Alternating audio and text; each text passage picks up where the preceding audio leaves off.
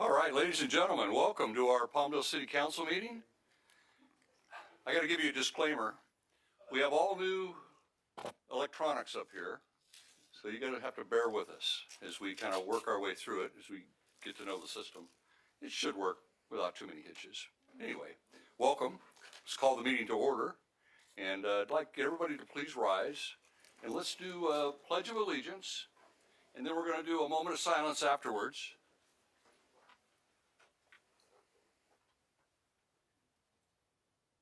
I pledge allegiance to the flag of the United States of America and to the republic for which it stands, one nation, under God, indivisible, with liberty and justice for all.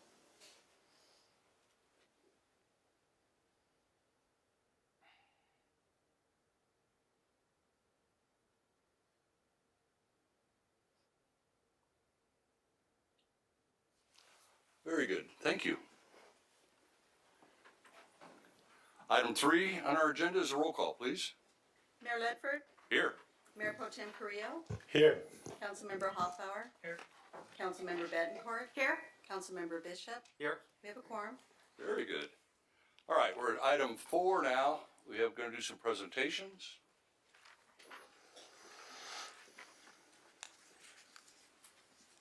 We're going to start off with the county animal shelter volunteer extraordinaire.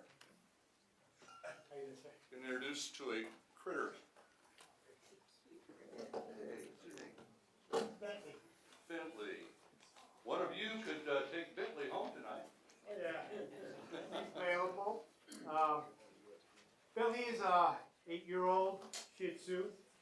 He came to us, unfortunately, as a stray, so he's been housed with us since November 8th. And he just became available. Finally got to see the groomer today. You should have seen him. He looked pretty bad before this, but now he looks really, really cute. And he's a lovable people person. He likes to be around people. And so far, from what I've seen of him, he is pretty gentle, and he's food orientated to begin with. So We're all that. oh yeah, he's really good with treats. He doesn't know how to sit for a treat. That was a good. And he walks really good on his leash. He likes to lead sometimes, but he'll stay with you. And he'll look up at you if you're not following him close enough. But he's a really sweet dog, and he's available now. And this month, it's Adopt a Senior Dog Month. And he's 8 years old, so he's considered a senior. So if you want to have a nice little couch potato with you, this is your guy right here. So, give us an idea how much it would cost to take him home. Take him, Bring him. it'd be between $135 and $150. Thank you. We got a mic? Sure. Thank you, sir. Yeah, between $135 and $150, depending on his issues. He does have a few issues. For being 8 years old, you know, his teeth are starting to go bad, so he'll probably need some dental work. And I think there were some more notes on there. I didn't really look at all of them before I took him, but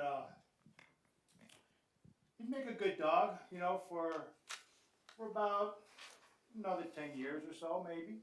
You know, they grow old with you real quick. But he seems to be, you know, like he is right now. He's gentle. I mean, look at him. Not a Well, worry he's in at a the council world. meeting, of course. Right? Yeah. He'll start acting up when we leave. So maybe you could tell us a little bit about you. I mean, you're a volunteer. And ladies and gentlemen, we're trying to build this better relationship with our animal care facility and nonprofit groups that want to see, well, for instance, a non-kill status. And I don't know how reasonable that is, but the point is, they're an asset to our community. How do we bring them into the fold and start working together? So we're trying to do that, and for your position as a volunteer, you're kind of a leader. You can show the community, this is what this job's about. Maybe you solicit more help and more. Oh yeah, we're always looking for more help.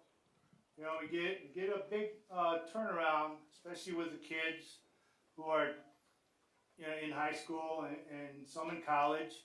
They'll come, they like what they see, they, you know, try to get a skill set going so that they can carry that on to a regular job or so. For myself as a volunteer, I go in on the weekends, I help out as much as I can around the shelter, helping the staff out. We do a lot of cleaning because one, it's an indoor shelter to begin with, so we try to keep it as clean as possible. We do adoption events. We just had one this past weekend. On Saturday, we had one at Bed Bath & Beyond. We got invited there. We took 27 animals and adopted 23. So that's 23 animals going to good homes back in their neighborhoods, you know, and staying here in the city. Before that, our last event was in Lancaster at the Honda dealer. You know, we did pretty well there. And we get invited to a lot of areas, you know, to do adoption events. We like to get as much animals out as we can back into the community, to good homes. You know, we work well with ASPCA now, where they transfer a lot of our animals to other shelters that need more dogs to do events and stuff. And also they help us, you know, get them out of the state too. You know, they transport animals to Washington, New York, Utah. We had animals go to Illinois. A lot of little animals go to the East Coast because of apartments there. You know, apartment living, they want little animals, so we send a lot of them out there. But we try to give back to the community, you know, as much as we can. We get involved with a lot of the community stuff that goes on. We get invited to a lot of things. And we put ourselves out there, explain a lot of things to people, you know. Adopt, don't shop. And basically, you know, we're always looking for volunteers.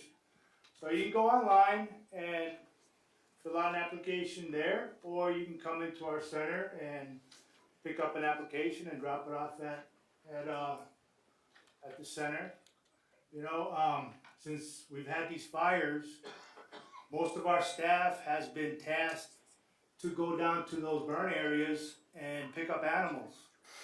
So we go into the shelter and step up for them and, you know, help them clean and maintain the facility while they're out, you know, helping the animals and helping the communities. You know, so they've been gone since the fire started. You know, they've been at Pierce College, at Hanson Dam. They had to close Agora Hills shelter.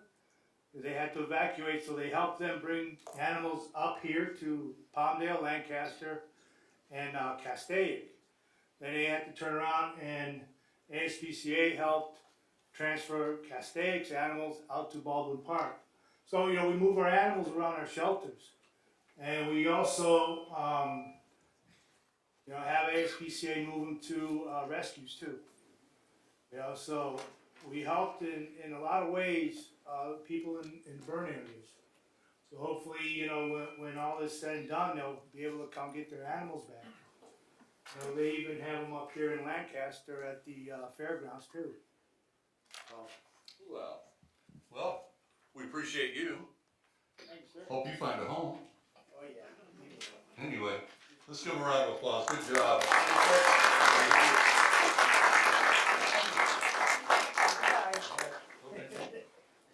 All right, thank you. Thank you.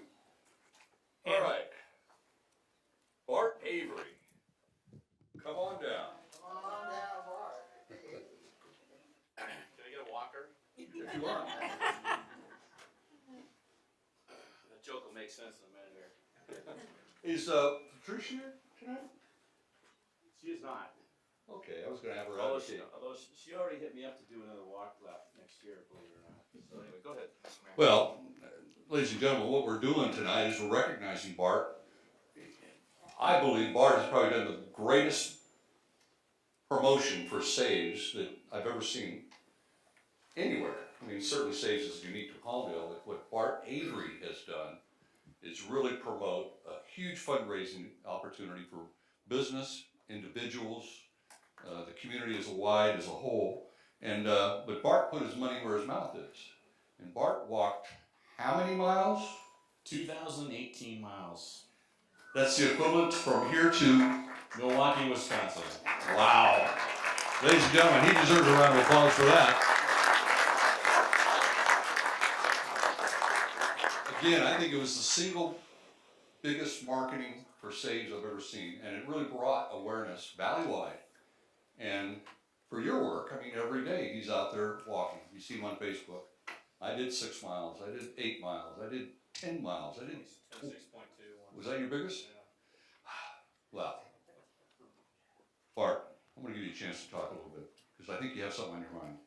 Yeah, I just want to thank everybody that walked with me. Actually, Josh Mann back there walked the last mile with me.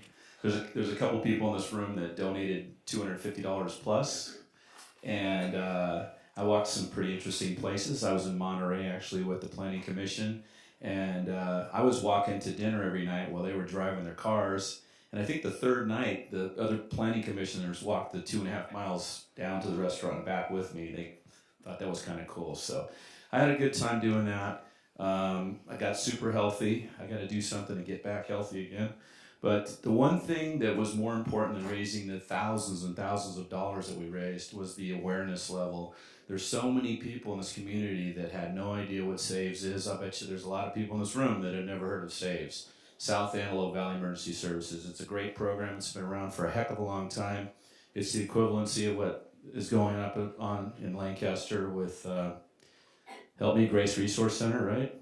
And I just wanted to bring awareness to it, and it seemed like a cool way. And it wasn't really my idea. It started with, believe it or not, Arlie Ermy. He told me one day, the late, great Arlie Ermy said, man, you better start walking, man. You got to stay healthy, because he had just gotten into some bad health. So I started the walking thing, and it just evolved into that. So it was a lot of fun. It was a labor of love. I really appreciate the city council honoring me again with this proclamation. Thank you so much for that.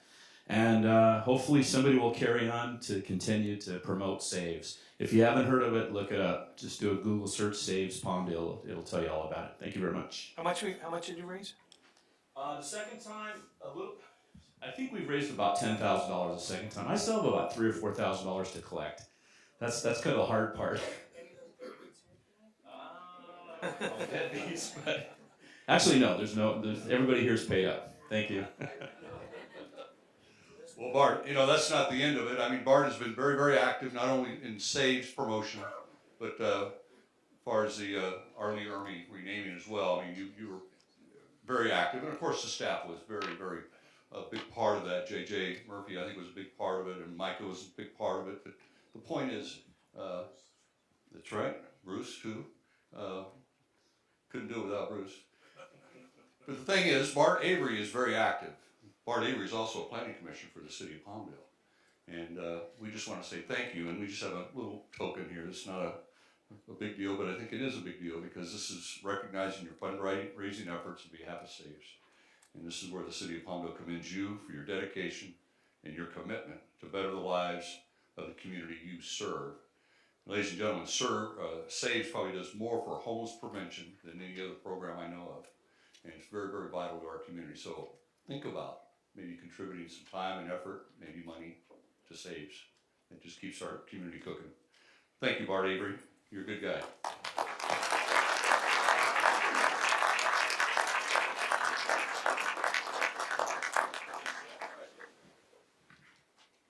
Okay. Let's bring our captain of our sheriff station, Captain Neer, forward. We have some certificates. We've had requests from the captain if we could move to 4.4. We still have some people on their way for 4.3. Okay, let's go to 4.4. Knight High School. Who do we have from, we have somebody from Knight, a spokesperson?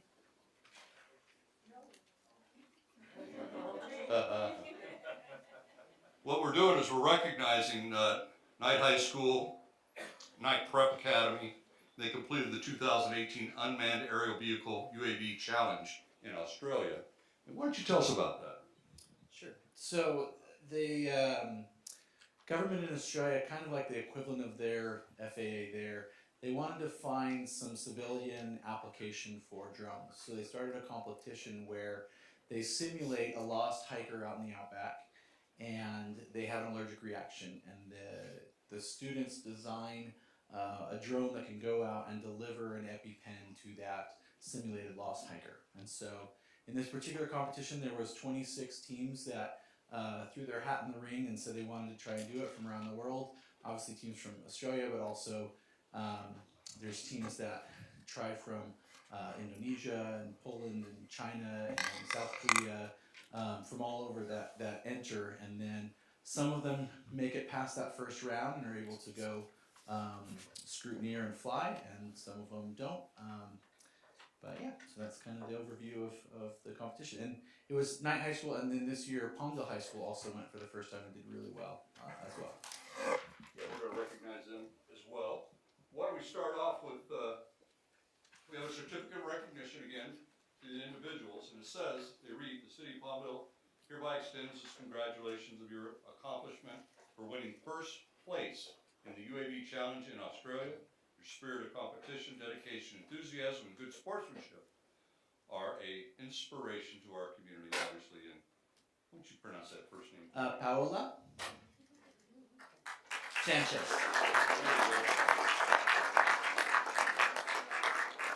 Mina Lee.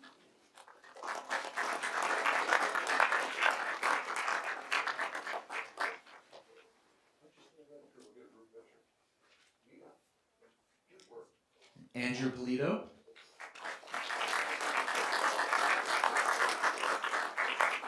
Adeli Salazar.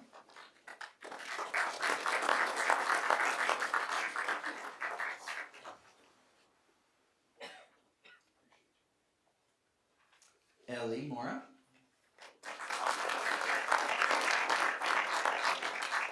Elijah Myers. Is Elijah here tonight? He's not here.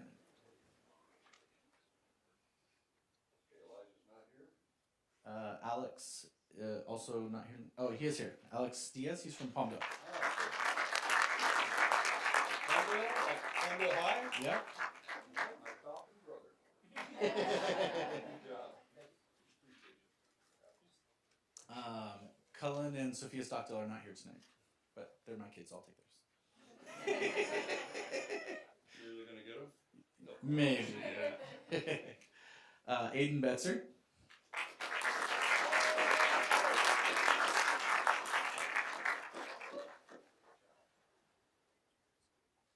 David Fletcher.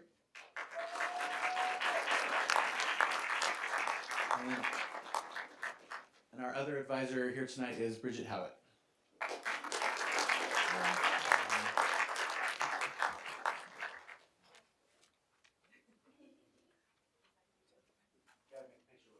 Yeah, we're gonna take a picture. How do we do this?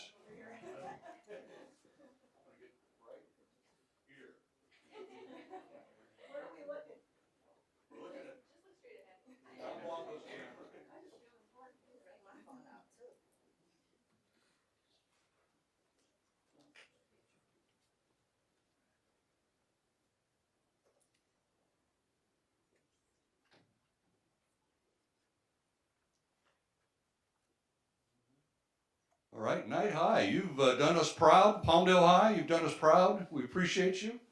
And you gonna do this again next year? Yeah, absolutely. Can I say two? Yeah. The thing that was really neat about this year was, 26 teams from around the world put in, but in the Antelope Valley, we took first, second, third, fifth, and seventh.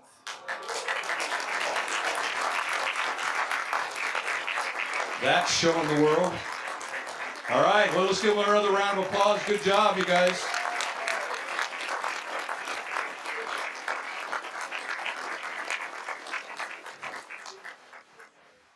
All right, Captain Neer, we're up.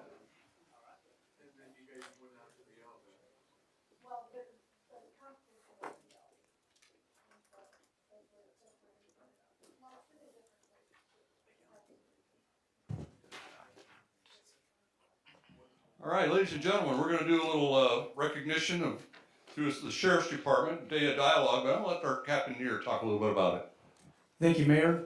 On behalf of the Sheriff's Department, Palmdale Station, and the City of Palmdale, it's certainly an honor to be here tonight in recognition of some outstanding community members. You see, we at the Sheriff's Department, we look at community policing from the standpoint that not only do we protect life and property, but we've got to always look towards building bridges with the community that we serve. And part of our strategy is working with our Community Advisory Committee, which consists of community stakeholders that work hand in hand with the Sheriff's Department. And one of the things we do is on a quarterly basis, we have a town hall meeting.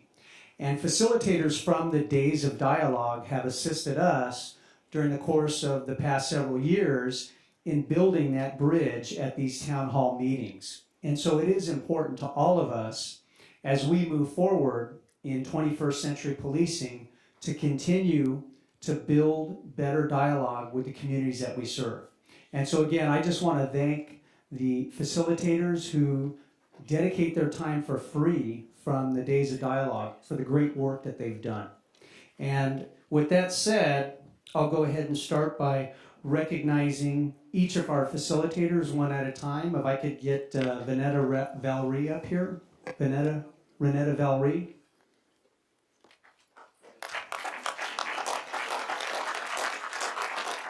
And how this reads, in recognition of your exemplary work with Palmdale and Lancaster Station's Community Advisory Committee public meetings, you have helped to bridge the gap between law enforcement and the people in the community. You have helped facilitate concerns of the community being brought to the department and helped foster real change in how the community and the Sheriff's Department work together to make the community a safer place. And it's signed by Sheriff Jim McDonald. So, Renetta, here you go. And the next recipient. Let me read this one, because they're all gonna get one from the city. They're also gonna get, obviously, one from the Sheriff's Department. And this talks about, in recognition, again, of your excellent service to the Los Angeles County Sheriff's Department for presenting the Day of Dialogue in Palmdale and for working with Palmdale Sheriff's Department Community Advisory Committee. City of Palmdale is pleased to extend this expression of our appreciation to you for your dedication to our community. So that is for you as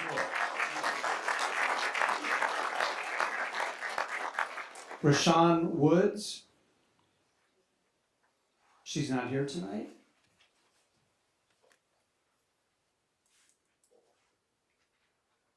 Scott Martin. He's en route. 14 freeway. I know what that's like. Denise Youssef.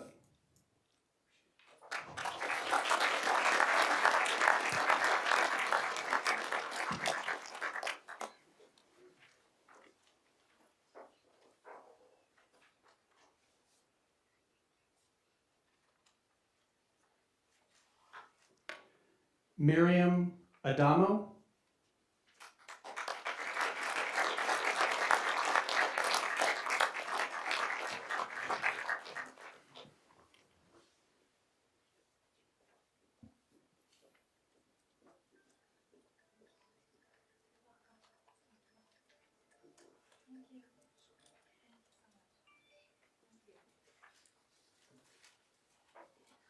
Pamela Perry.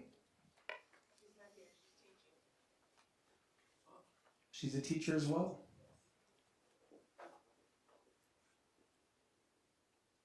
Aurelie Miranda.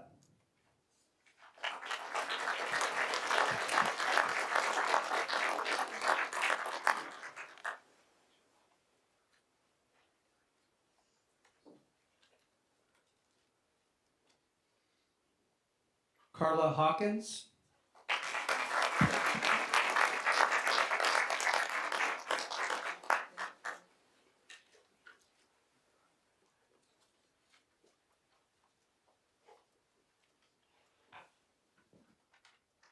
L. Randy Drew.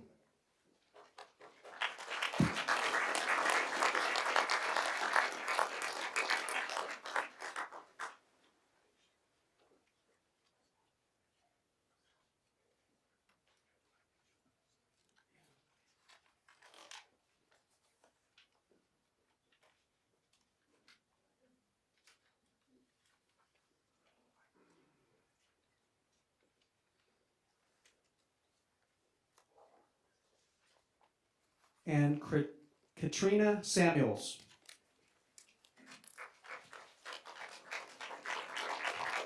Okay, she must be on Angeles Crest. We got the 14 freeway, we got teaching covered, now we got Angeles Crest covered.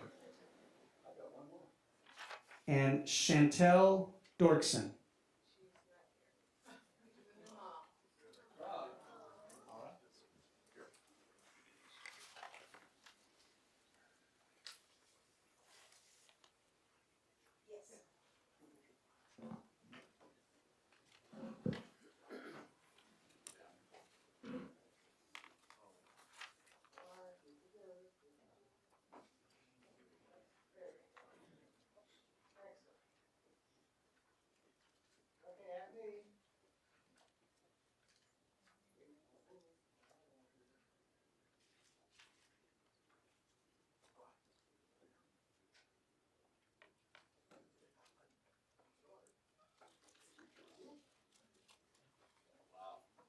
Good work, you guys.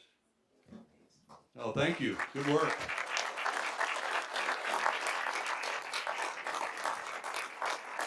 You know, I'd say in that last presentation, the day of dialogue is a good thing, obviously, but I would submit that we've been having day of dialogue for the last 25 years in Palmdale. If you look around, incredible diversity in Palmdale, and you look at, we've progressed without too many big bumps in the road. So I think we all give ourselves a round of applause for that one. Good work.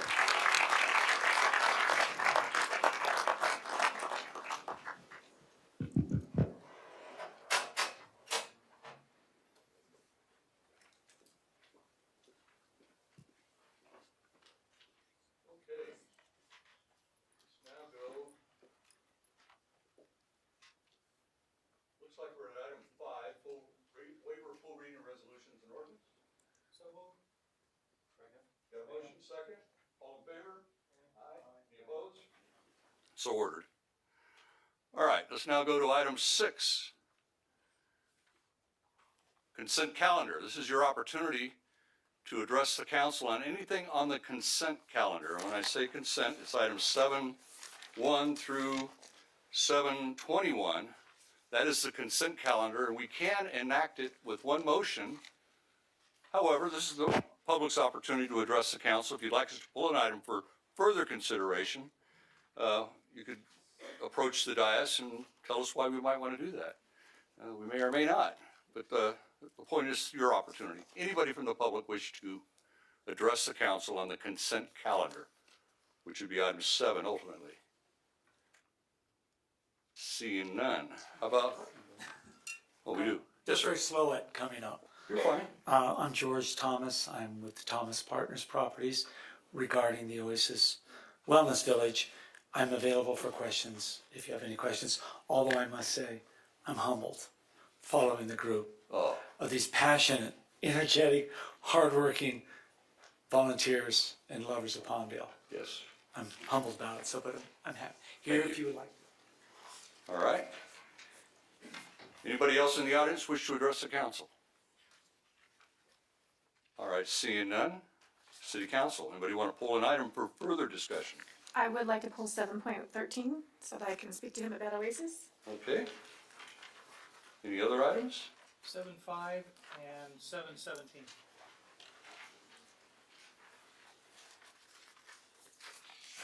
Any others? Or a motion? I second it. Motion and a second to approve the consent calendar minus item 7.5, 7.13, and 7.14. Motion and second, any discussion? Let's call for the question. Where do we do the question now? 717. Huh? Do they want to pull 717? 7.17, 7.13, and 7.5, Motion was to pull 7.5 and 7.13. and 7.17.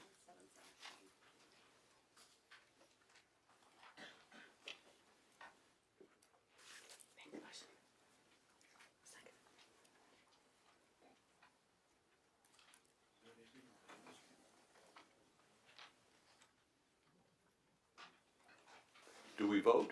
No, let me just get this. Technology. Okay, so let's let's do a motion to approve the recommendations and findings under the consent calendar, except 7.15, 7.12, So- 7.1. Second.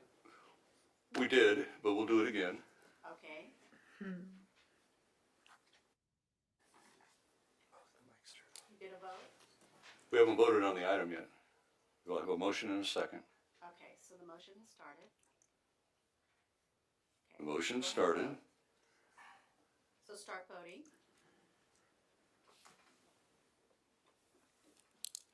I'm going to record the vote. All right. There you go. It worked. It works. There's progress, ladies and gentlemen. Thank you for bearing with us. All right, let's go to item 7.5. So, I requested we pull this just simply because of the fact that either, in the next 24 hours, we'll all hear about the, purchase from, a dealer out of the area. And I know we go to great lengths to, attract this, these bids from our local vendors. And I'd just like to go through kind of the discussion we had a little earlier for the benefit of the rest of the council and the, community. Yes, our purchasing staff actually reach out to the dealers very extensively. One of the example I can give you is that we actually send individual emails to local dealers and letting them know the bid is coming. And we also make phone calls to them and tell them yeah, there's the incoming bid in the next couple of weeks. So we make sure we get in touch with them individually. Additionally, we also ask our economic development team, and they have a monthly meeting with them and ask them to communicate with the dealers that the bid is coming. So they can make sure that they can communicate to the dealers there's a new bid coming out soon. Even after we actually communicate to that, we actually make phone call after the fact, whether or not actually they receive the bids. So we make every effort to make sure local dealers are aware of the bid.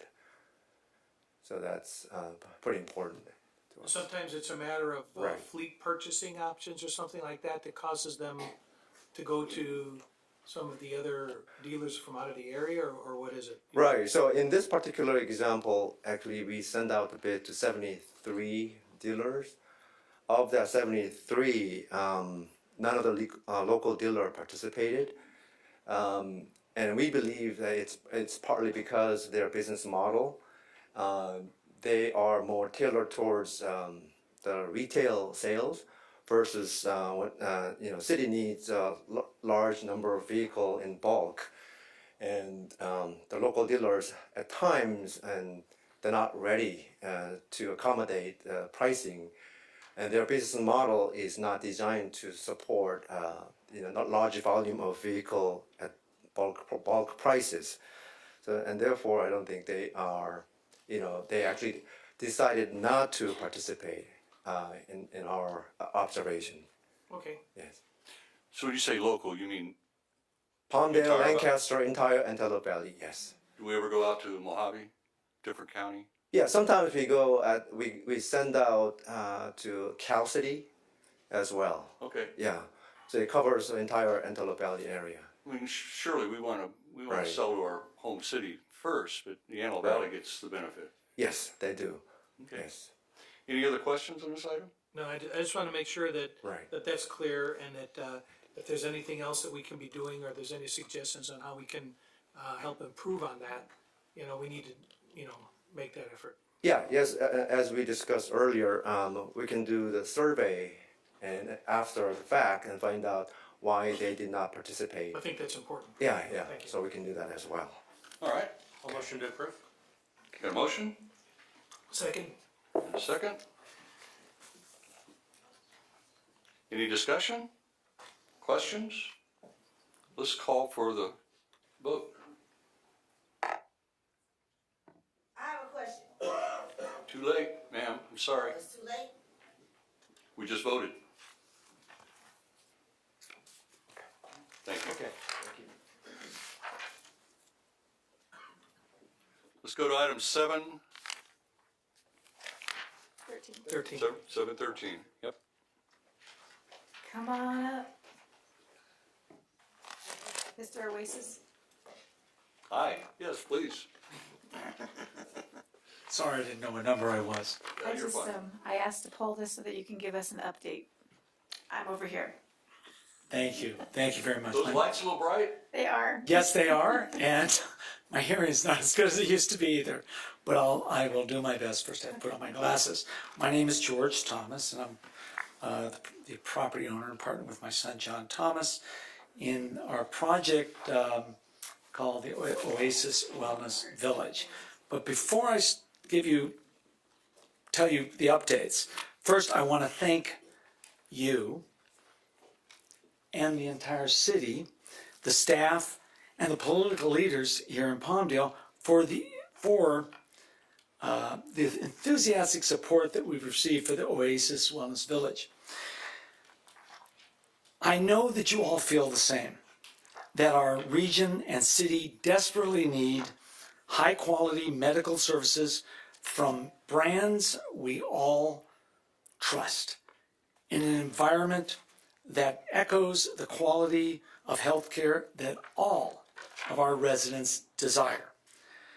Since the council approved our project, we have been working diligently, daily, hourly, without stop, to move the project forward. It's a complicated, heavily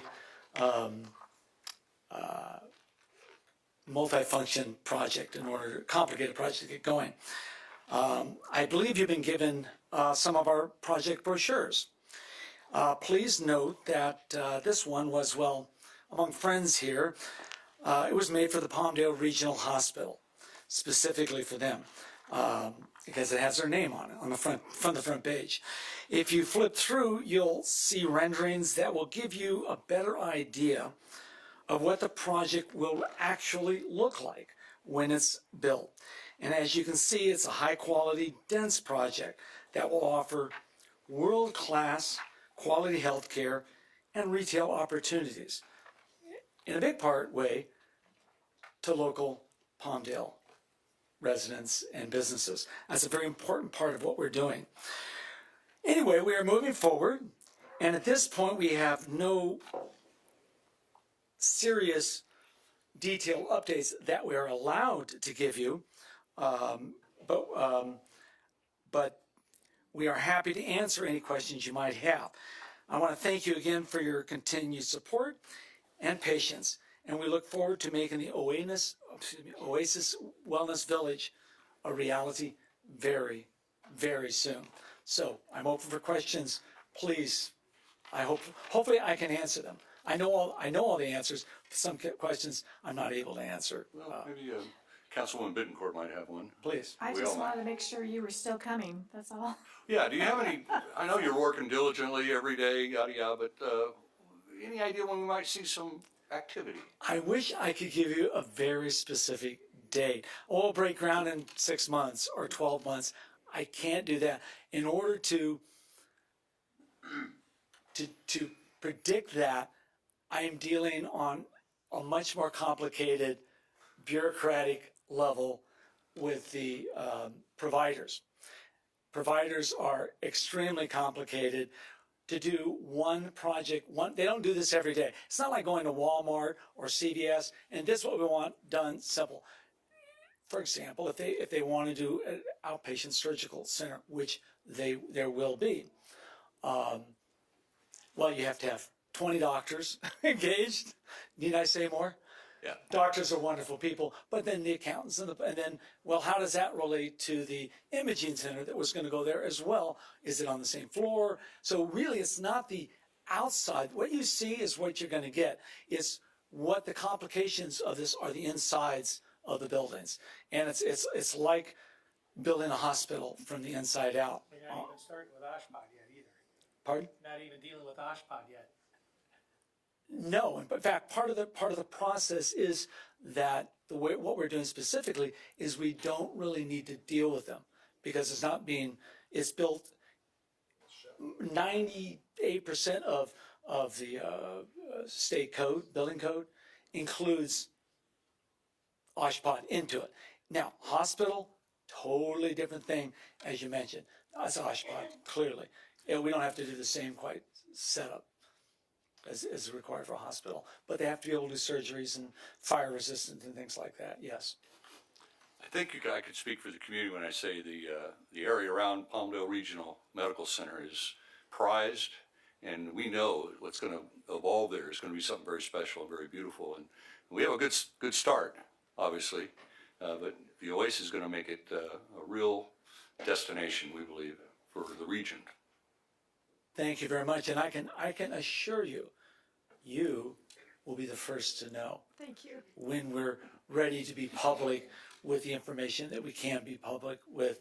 And for everyone, I've told, I don't know if I've told you directly this, I've told my son and others that one of the reasons we're doing this, we could have done other things on that property.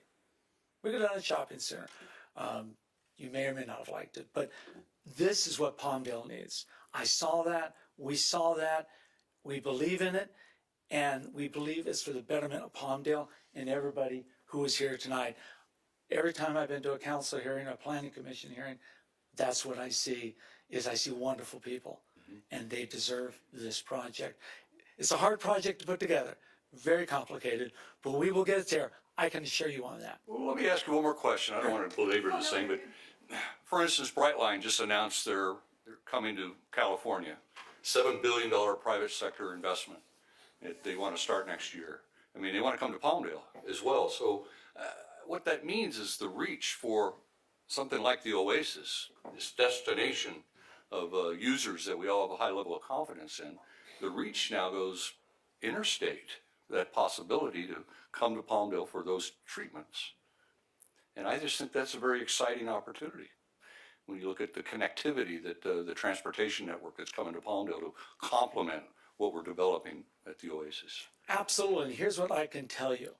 In all the discussions that we've had with major providers, these are not small providers. These are names you all are aware of. And there are not that many of them, by the way. There's only 8 or 10 totally that understand this completely. What we hear from them is the need. They get the need. Totally. They get the need. They see this as a market in need of what we're doing, and they see it also as an opportunity for them to expand. Transportation's important. All of that's important. The connectivity that we're going to have by this project, and we're going to make it. One of the things that when we went through the process is, I kept saying to my staff, what do we do on the weekend? We're closed on the weekend. No, we're not. This project is going to be awake 24/7, and if it's not healthcare, it's going to be fairs. It's going to be Friday night movies. We want people to want to go to this place, not just when they're ill or they need recovery issues and things like that. And we've yet to find one provider that is not overhead in love with the concept. And they go, we've been trying to figure out how to do this ourselves, but we can't do it. We don't know how to do it. So it took somebody like us, a developer, to say, okay, we're going to bring all this in to the healthcare world so that the doctor is there for the patient, not the other way around. And that's what they want. And they also want it outside the hospital. That's absolutely critical. And you're probably seeing this in your own lives. The outpatient surgicals, ambulatory issues, skilled nursing facilities, the desperate need for all those sort of things. And they're being, from a federal perspective, they're being pushed in that direction also. So we just happen to be in the right place at the right time. This is a very bureaucratic process. But again, I want to thank you all for this. Any other questions? Yeah, no, that's good. Okay, thank you. Thank you. Call me anytime. All right. Bye. All right. So make a motion. Approve. Second. A motion and a second. Any discussion? Any questions? No. Let's call for the vote.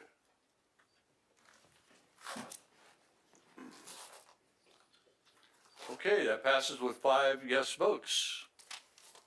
What do you guys think of our new system? Is it working for you? Okay, let's go to 7.17.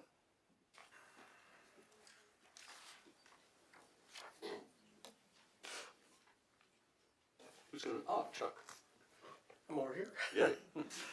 So, Mayor Ledford and members of the City Council, item 7.17 is the approval of agreement 6445 with Parkwood Landscape Maintenance, an amount of $10 million for a 5-year contract for citywide landscape maintenance districts for a term of 4 years, 9 months, commencing January 1st, 2019.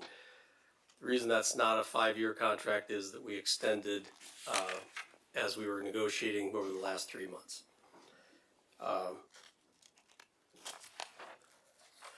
For the past several years, the level of service in the city's landscape maintenance assessment districts has been a focus of the City Council.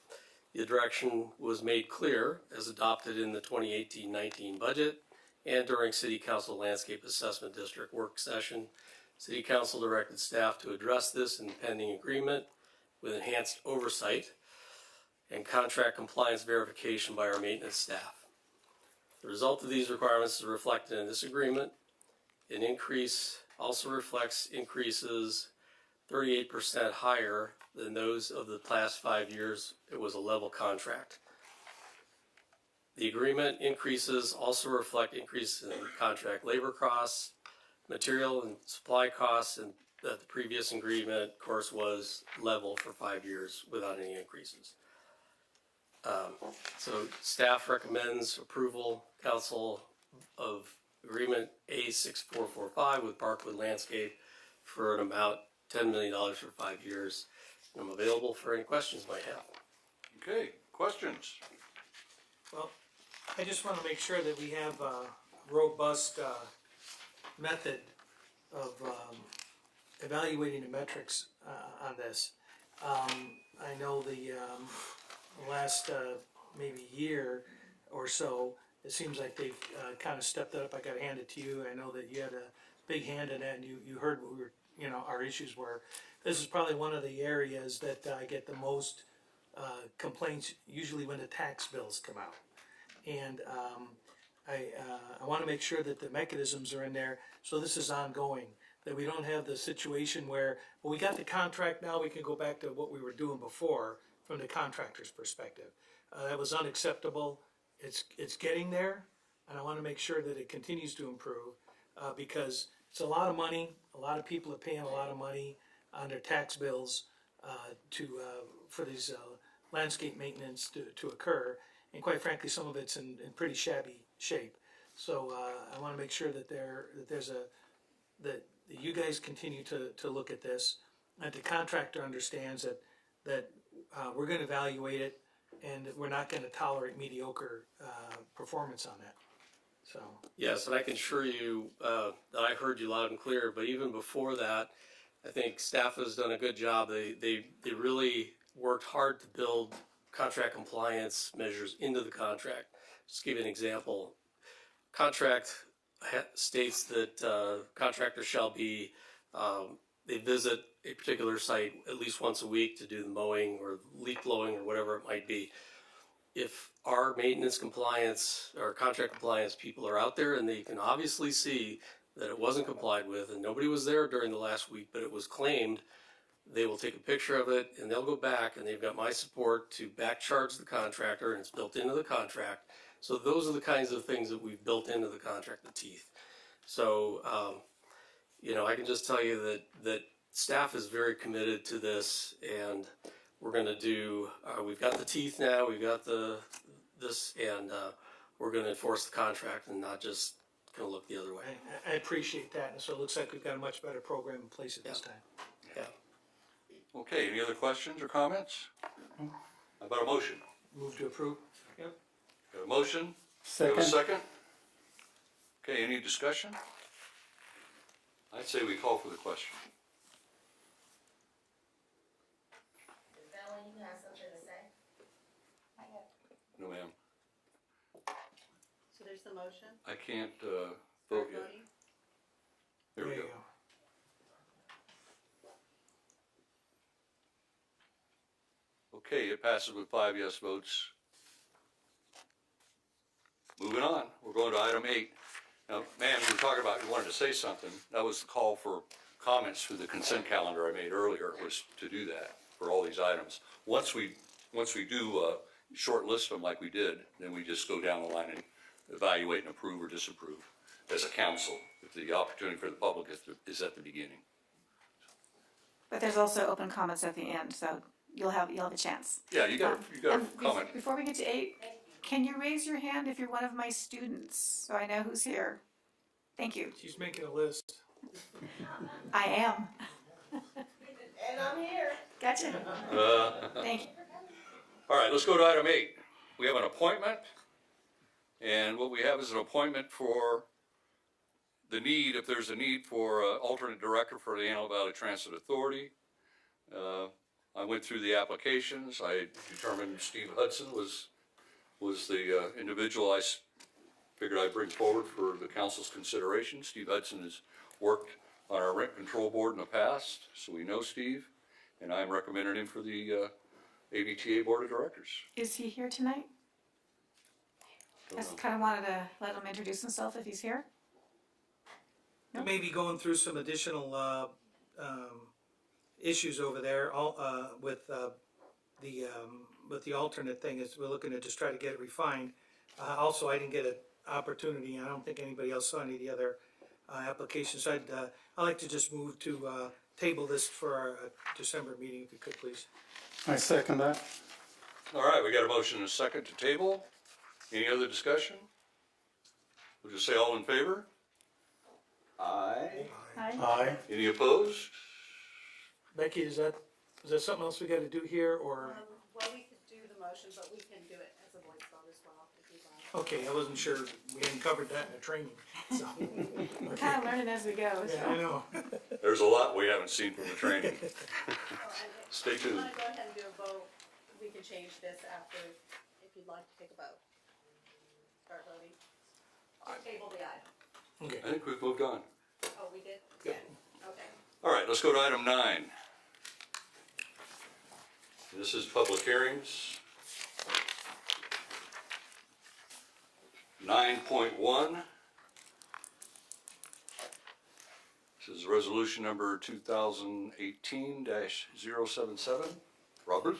That's correct. I would like to start off with reading the title of the resolution and the title of the ordinance. Okay. Resolution number CC 18077, a resolution of the City Council of the City of Palmdale, California, amending the general plan land use designation from HDR, high density residential, 50 to 60 units dwelling units per acre, to DC, downtown commercial, located at 924 and 946 East Avenue Q6. And ordinance number 1514, an ordinance of the City Council of the City of Palmdale changing the zoning designation from R450 high density residential to CD MX downtown commercial mixed use overlay, located at the same location. The staff report will be presented by Matt Alcaron.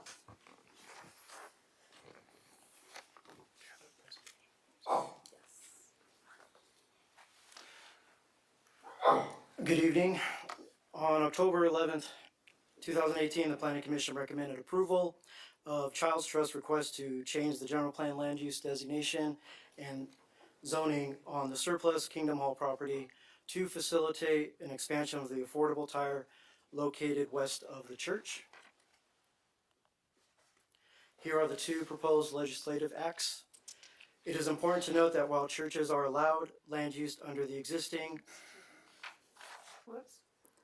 and proposed land use and zone designation, commercial uses are not allowed in the high density residential land use and zoning. The existing general plan land use designation, as shown here. This is the proposed general plan land use designation with the downtown commercial designation. Here's the existing zoning, R4. And this is the proposed zoning changing it to the CDMX. The options for the city council are to adopt the resolution and approve the ordinance, or continue the item, or deny the project. Option 1 is recommended. That concludes my presentation and available for any questions. Okay, so this is gonna take an acre of that property and make it available to Affordable Tire? And I don't need specifics, but what are they thinking? They're looking to expand? Yes, sir. Wow, very good. Excellent. Well, they've been a mainstay in our downtown for years, so that's good. And the adjacent area over there, is there any particular plan that's going on for the area to the east of that? To the east is developed as the Kingdom Hall. Right. So at the border of the Kingdom Hall property, the remainder would go over to the Affordable Tire Store for expansion. Mm-hmm. Yeah, Kingdom Hall is relatively new development, so yeah, it's done. I have a question. I know that the Kingdom Hall is there now, but does changing the zoning on the property would do anything to the arena numbers that are coming up soon, since we have to have a certain number of housing units? We'll take one site off the plate. The current general plan and housing element has an abundance of sites at this density, so the loss of 1 acre was believed not to be significant. Okay. But we'll see what numbers SCAG comes up with for us for the next round. Okay, thank you. Any other questions? How about a motion to introduce the ordinance? So moved. Second. We have a motion and a second to introduce the ordinance. We're letting Becky to catch up to us here. It's a voice vote. Okay, all in favor, say aye. Aye. Any opposed? So ordered, passes unanimously. So we've introduced it. Now we're going to take an opportunity to hear from the public. This is a public hearing, so anybody that wishes to address the council, you merely come forward, give us your name from the dais. Anybody wish to do so? Yes, sir. Good evening, Mr. Mayor, City Council members. My name is Juan Blanco, resident of Palmdale. Well, firstly, I'm also the president of Coffee for Vets, and I would like to firstly invite each and every one of you to our Tuesday morning coffees at 7 a.m. to 9 a.m. at Crazy Autos on Avenue I. We have some individuals that show up particular. Last week we had the commander from Air Force Base, Edwards Air Force Base, come in and join us. So if you would, it's an open invite to each and every one. Secondly, I'd like to mention to you that I am also interested in the appointment to AVTA as an alternate, and I hope that in the future, if I get an opportunity. Well, I will. I was going to say, you need to come up and testify on this item, because you have a public comment period as well that you Oh, can I'm come back sorry. and talk. I'm sorry. I'll just let that go. Jump the gun. Yeah. All right. Well, thank you. Oh, if you, Never mind. you have no question on this project? Okay. All right. That's good. That was a good plug, though. You got it in early. And you get to do it again, too, That's right. You can double dip it. Who else would like to talk? on this item. Please, come forward.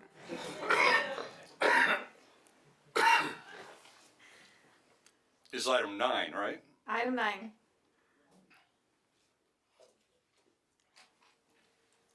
Hi, I'm Renee Collard. I'm here representing the Kingdom Hall property and here to answer any questions. We did want to offer our thanks to the whole planning department, to Rob Bruce, to Matt, for all of their assistance through this whole process with us, as well as to thank the council for everything that you've done in agreeing to hear this. Well, your project turned out beautiful, and certainly that part of our downtown, you kind of filled up that void, and now to be able to accommodate your neighbor on their expansion plans, I think that's awesome. Thank you for that. Yes, thank you. Thank you. Anybody else wish to speak? All right, seeing none, how about a motion to close? So moved. Second. Motion. Got a motion and a second? All in favor? Aye. Aye. Any opposed? So ordered. Move to approve the item? Second. Okay, we have a motion and a second. Any discussion? Any questions? Start voting. Okay. It says no second. Oh, there was no second? That's what it said. Here, I'll hit it. There we go. I pushed it, but Is that better? nevertheless, it passed 5-0.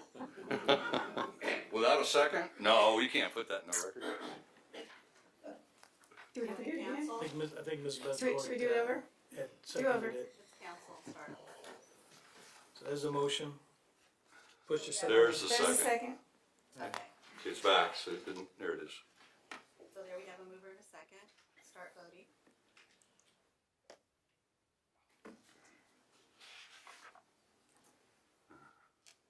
Okay, now it passed 5-0. Good work. All right, let's go to item 10. New business. We have an 8th amendment of the employment agreement between the city of Palmdale and Mr. Matthew Ditzhazy, city attorney.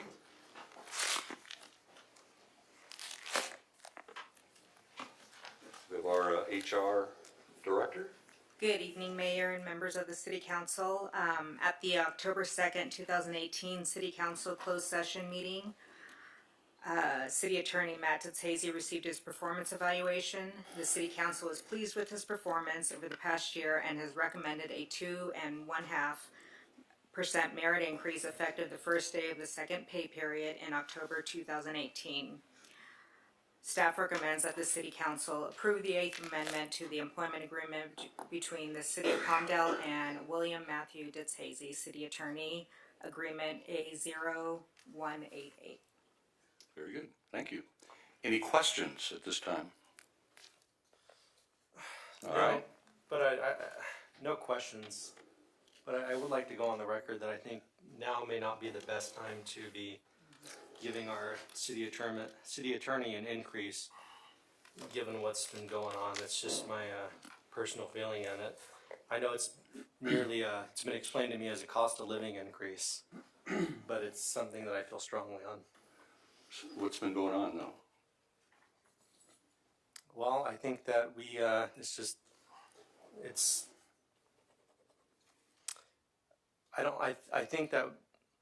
don't think there should be a cost. There should be an increase in the compensation. I think it's good where it's at. I don't think there's any reason for an increase. Okay, there you go. When was the last time, can we ask when the last time you got an increase was? Are we allowed to ask that? 2016, I believe. Okay. So it's been 2 years. All right. I think. How about public comments? Anybody wish to speak on this item? I just wanna know how you guys feel about. Ma'am, if you can come up to the podium and give us your name and then you can talk. We'll have it on record because we're televised, so. Oh, that's what I'm supposed to do? Yes, ma'am. We can't, there you go. You're gonna make a comment about the attorney's increase in his wage, correct? No. That's the item we're on. That's the item we're on. I'm gonna wave at you when it's time to come up, okay? I'll let you know. I got something to say. I know, it's coming. All right, anybody else wish to speak? Merely come forward and give us your name for the record.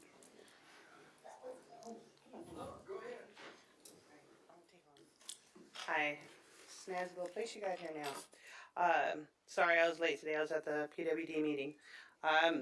My name is Joanne, and I'm Your last name? Granai. Thank you. I want to say that I want to agree with Councilman Bishop. There are some things in the air, and I think the community would be a little disparaged by hearing that. And it's just the things that are going on, and it refers to your trial. I'll say it.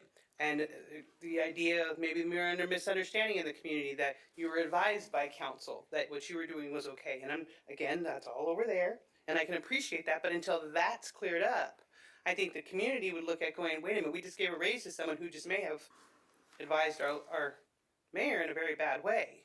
So the community, as a member of the community, I would feel a little weird about that. Going, why did we just give somebody a raise who maybe should be disbarred? And that's not saying you should be. I'm saying if that happened, if you were given bad advice to the point where you're now facing felony charges, why would you give the person who gave you that advice a raise? It just doesn't make sense. And I think that's what needs to be said out loud. And I'm not holding an elected seat, so I can say it out loud. That's the concern. And I'm not saying that any of that's true. I'm saying if it was true, in the eyes of the community, how would that make sense to give the person a raise? So that's all that I would be concerned about. So, and so I don't know if that's where Mr. Bishop was going, but that's where my head went with it, and so I feel I need to come up and say something. All right, thank you. Anybody else? Let me get my extension cord here.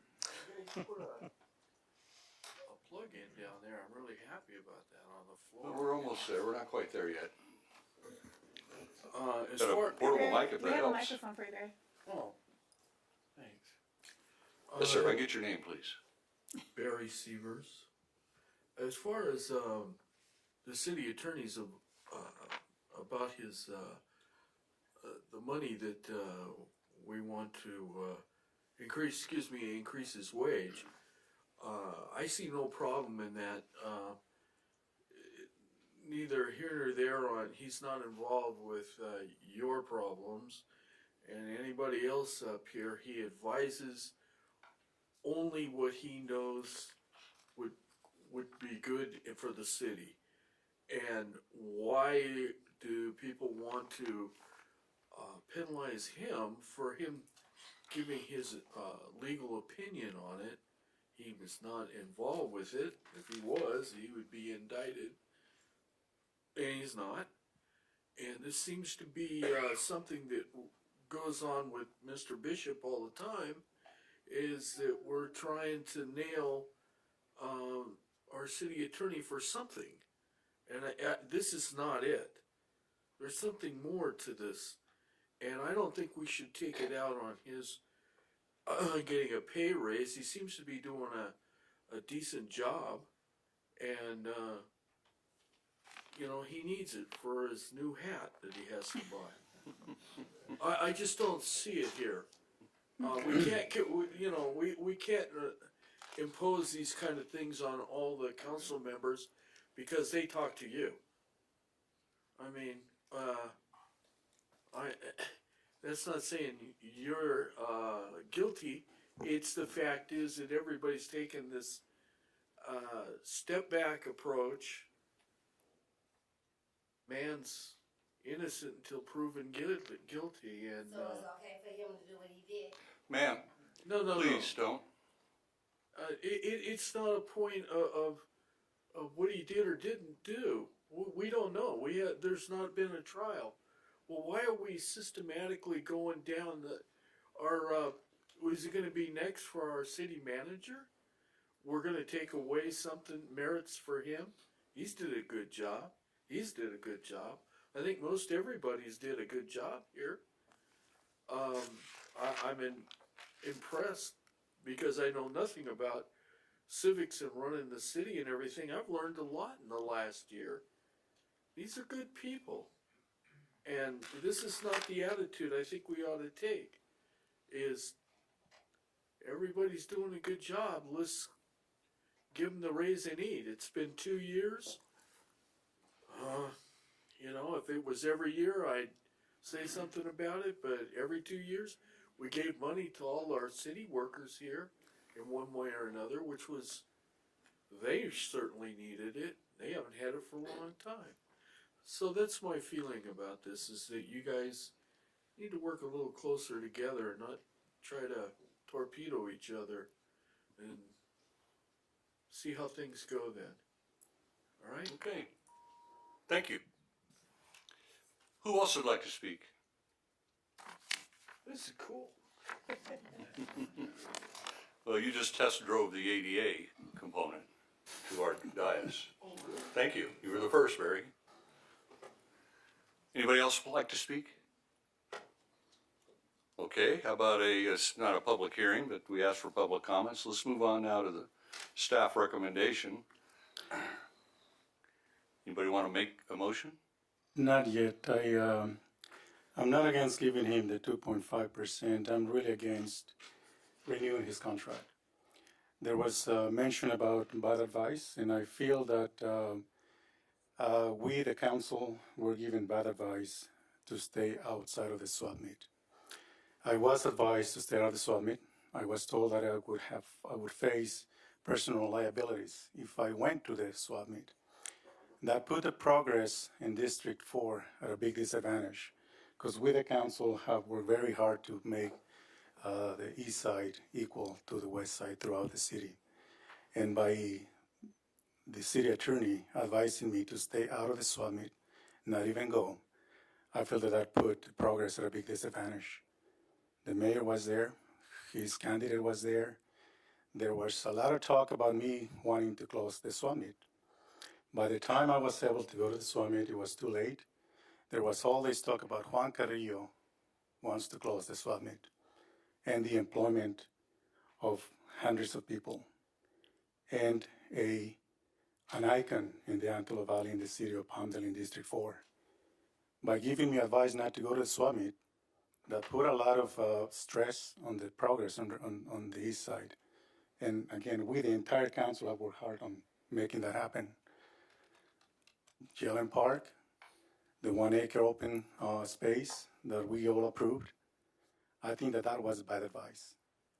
I'm not against giving him the 2.5% increase, but I'm going to vote not to renew his contract because that put a lot of stress on the residents of District 4. That was bad advice for me to stay out of the swap meet. I do not want to close the swap meet. I wanted to stay open. I go there before the city attorney told me and advised me not to go because I would face personal liability. That is bad advice. That's what I It may be correct. It may be correct. And I don't want to speak for the attorney. That is my opinion. That is where I stand. That's my testimony. And you can disagree. You were there campaigning for you and your candidate. Now can people talk? Nope. So that is where I stand. That's my testimony. All right. Any other thoughts? All I can tell you is we had the same discussion in closed session without the peer pressure. We had a different discussion. So today and the election brings some new elements, but I'm not sure how much of that is it's time to move on, actually, I think, from the election. Because we can come in and clean house. That doesn't serve the city at all. Not at all.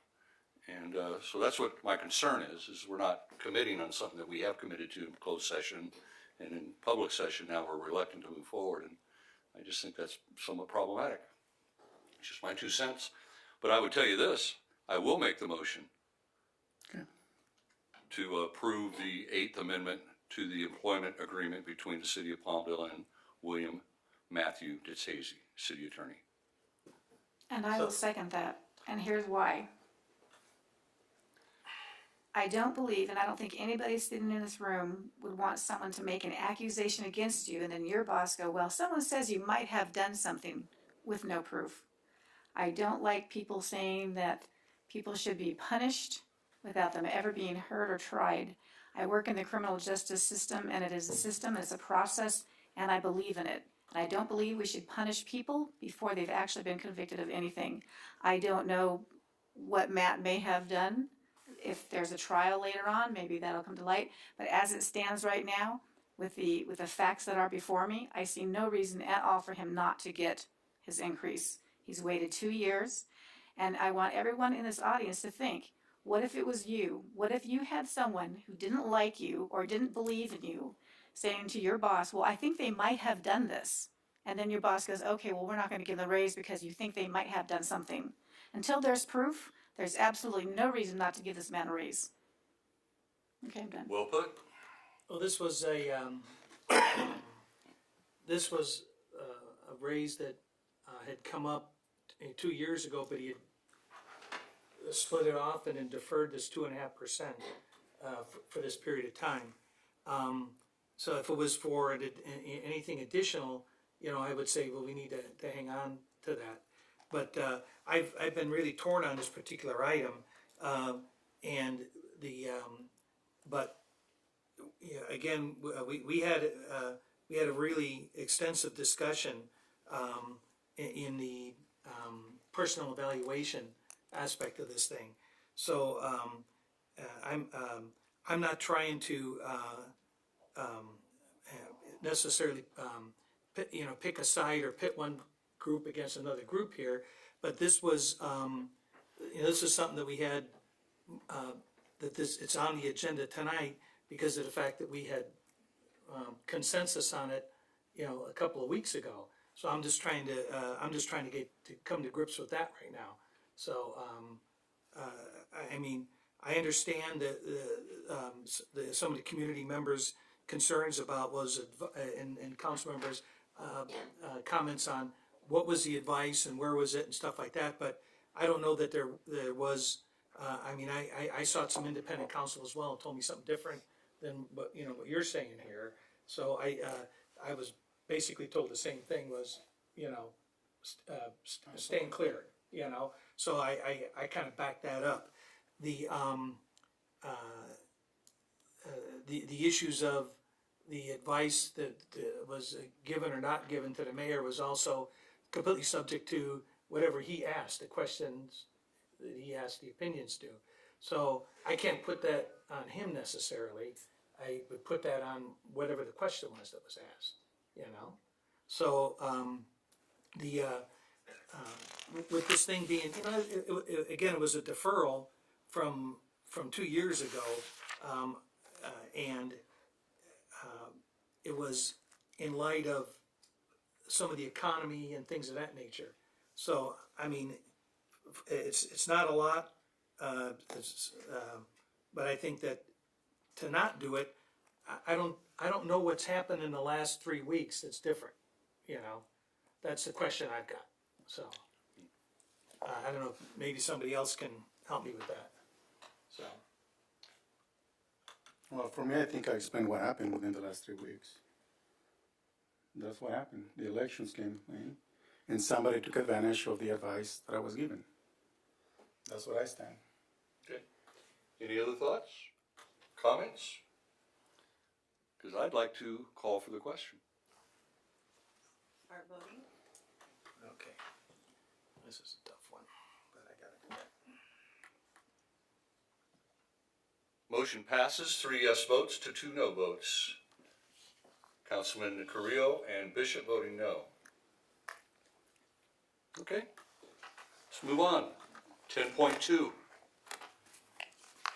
Council direction regarding quality of life infrastructure development, impact, park fees, to be specific, to serve Palmdale's growing city population. Let's bring our finance manager, Karen Johnson. Good evening, Mayor and members of City Council.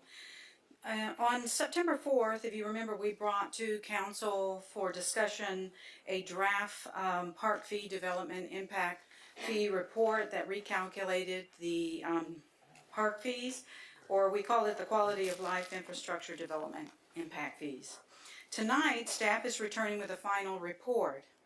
It was prepared by an outside consultant, Scott Thurs, and he is here tonight. If at a later time you would like to ask him some questions, he's here to answer any questions about his calculations in the final report. He recalculated the park fee impact development fee using the maximum amount legally allowed to collect. He used a methodology that is consistent with legal requirements, and some of those assumptions, there are many different assumptions that's outlined in the report, but some of the assumptions include maintaining our current level of service, and with the increase of 50% of population in a build-out. This equals to approximately $210 million in future park needs that we may have. So if you remember, the current fee structure is based on a per bedroom fee, and if you have your staff report in front of you, it's the first chart. The consultant is recommending a per unit fee in lieu of the current fee structure per bedroom, and it's outlined in the second chart of your staff report. So tonight, City Council, we are asking you to consider 5 different options. The first one is to modify the ordinance to a per bedroom for attached dwellings only, capped at a 3-bedroom limit. And for the single and mobile home units, we would calculate it at the per unit fee structure that's recommended by the consultant. That's sort of a hybrid between what the consultant is recommending and what staff feels is important to change to. The second option is modify the ordinance to a per unit as recommended by the consultant across the board for all 3 different types of units, and that's shown on your staff report under the second chart. Third option is maintain the current fees. That's the first chart, do nothing.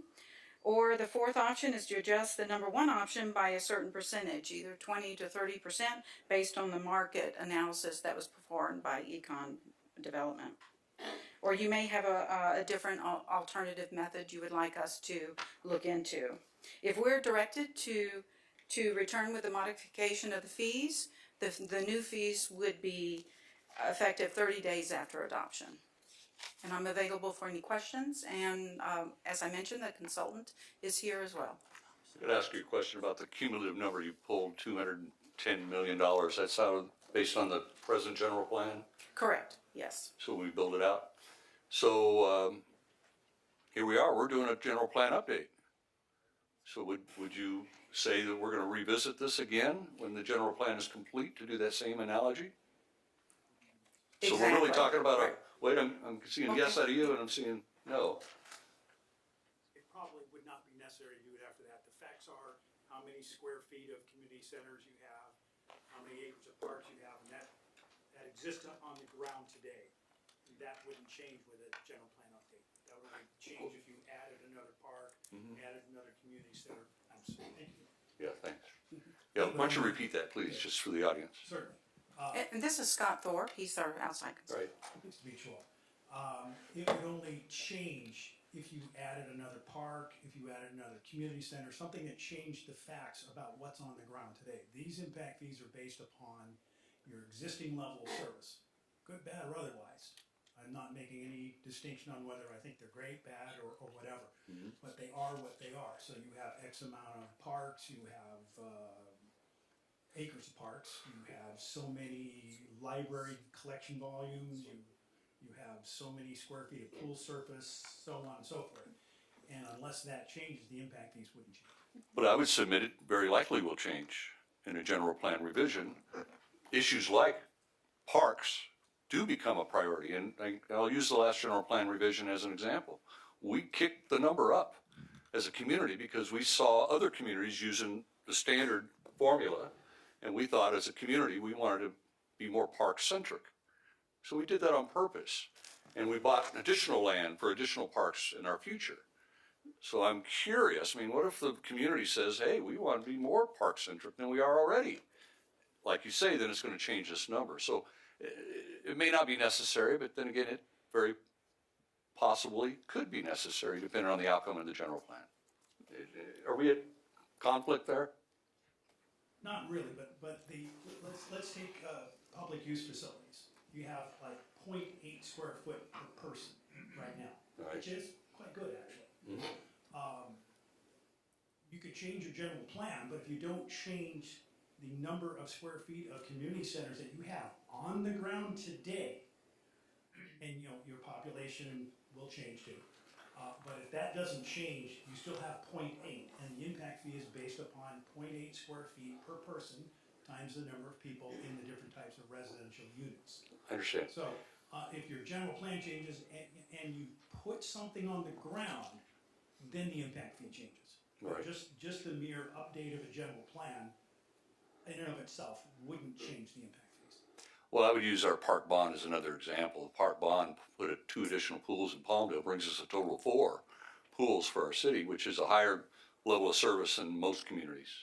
And that was something we consciously did as part of that bond issuance, but that had nothing to do with the general plan at the time. It was in addition to.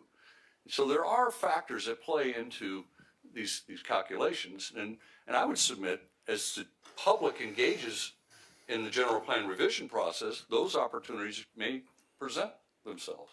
Our residents may decide we want a 5th pool, or we want something else. I agree. And so to say it won't happen, I'm not sure if that's reality. I think that the public is yet to weigh in. So I would just say it's possible that we could see additional review of this in the future. Maybe if the formula is correct, it's an easy adaptation. That's true. It's a very simple update. If you add another pool, we just go to that schedule, add that size of the pool, a new impact fee falls out. So it's got that flexibility built in. Absolutely. I think that's a good thing because I do agree with the mayor. There's a slight chance that this will change because in the general plan, we've been talking about trying to increase the number of multifamily units, be it townhomes or, those high-end residences with the amenities that the new generation wants, the new engineers coming to the aerospace industry. So if we are going to support or increase the number of multifamily units to accommodate those new engineers coming in that want to have all the amenities, I think the number of housing units will change. We might not meet arena numbers because they're just going to be really high. But I think that there's a chance that that's going to change. But if there's flexibility there to change it, to accommodate it, I think that's something that we should look for. Right. And on the other hand, if these new facilities, these new multifamily condominiums, townhomes, are going to have the amenities that this new generation wants, the clubhouses, the gymnasiums, all of those things that they're looking for, I can see a reason why to decrease the park development fees, because the idea would be for those residents to stay in that development. If we could have a commercial component, even better for them, so that they don't have to. The vertical mixed use. Right, the mixed use. But that's something that we really have to look into. What really is a mixed use, to keep those new generation coming in and having to stay there with all the amenities that they want, something that Pasadena or those other cities have. I realize we're not at that density, but those amenities will still be something that they want.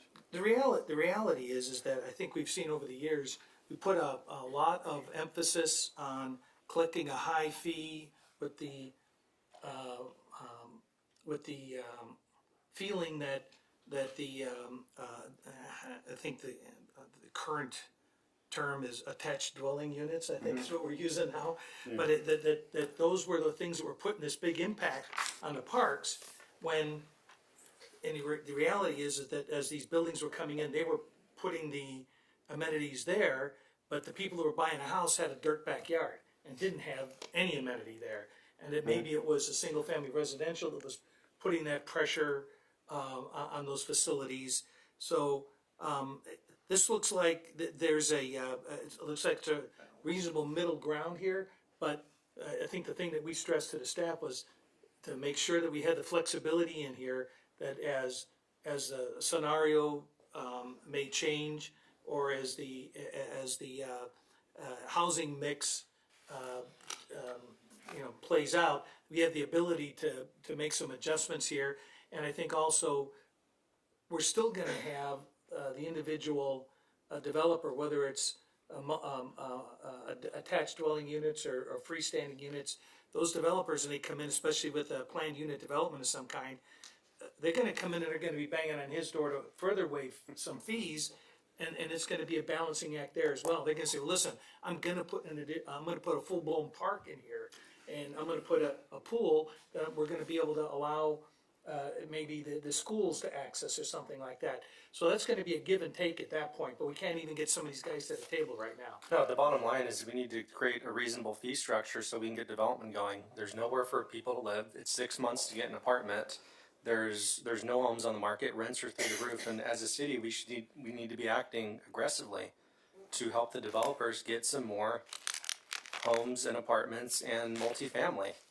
I mean, that's the bottom line. We don't have that much time to sit here and think about it. We need to. There's a window. There's a window, and we need to be aggressive about it, because our fee structures is extremely high compared to any other city, and it's. Wait, no, that's not true. We'll talk about that survey, but go ahead, I'm sorry. So, we need to do what we can.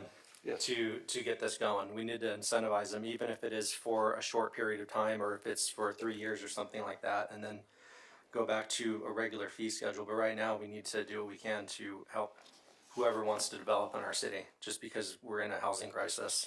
I think also the impression, I don't want to give the public the impression that we're incentivizing anything. I think the more appropriate term is removing the penalty there seems, or the overhead, the excess overhead on some of this.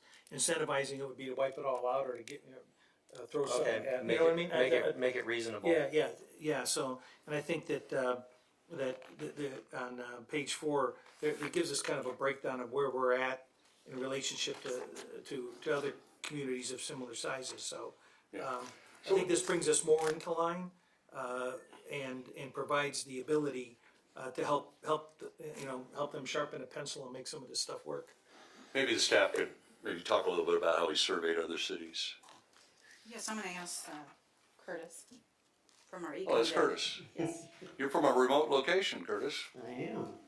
I won't stand up because you won't know if I'm standing up in the front. It's okay, I can say that.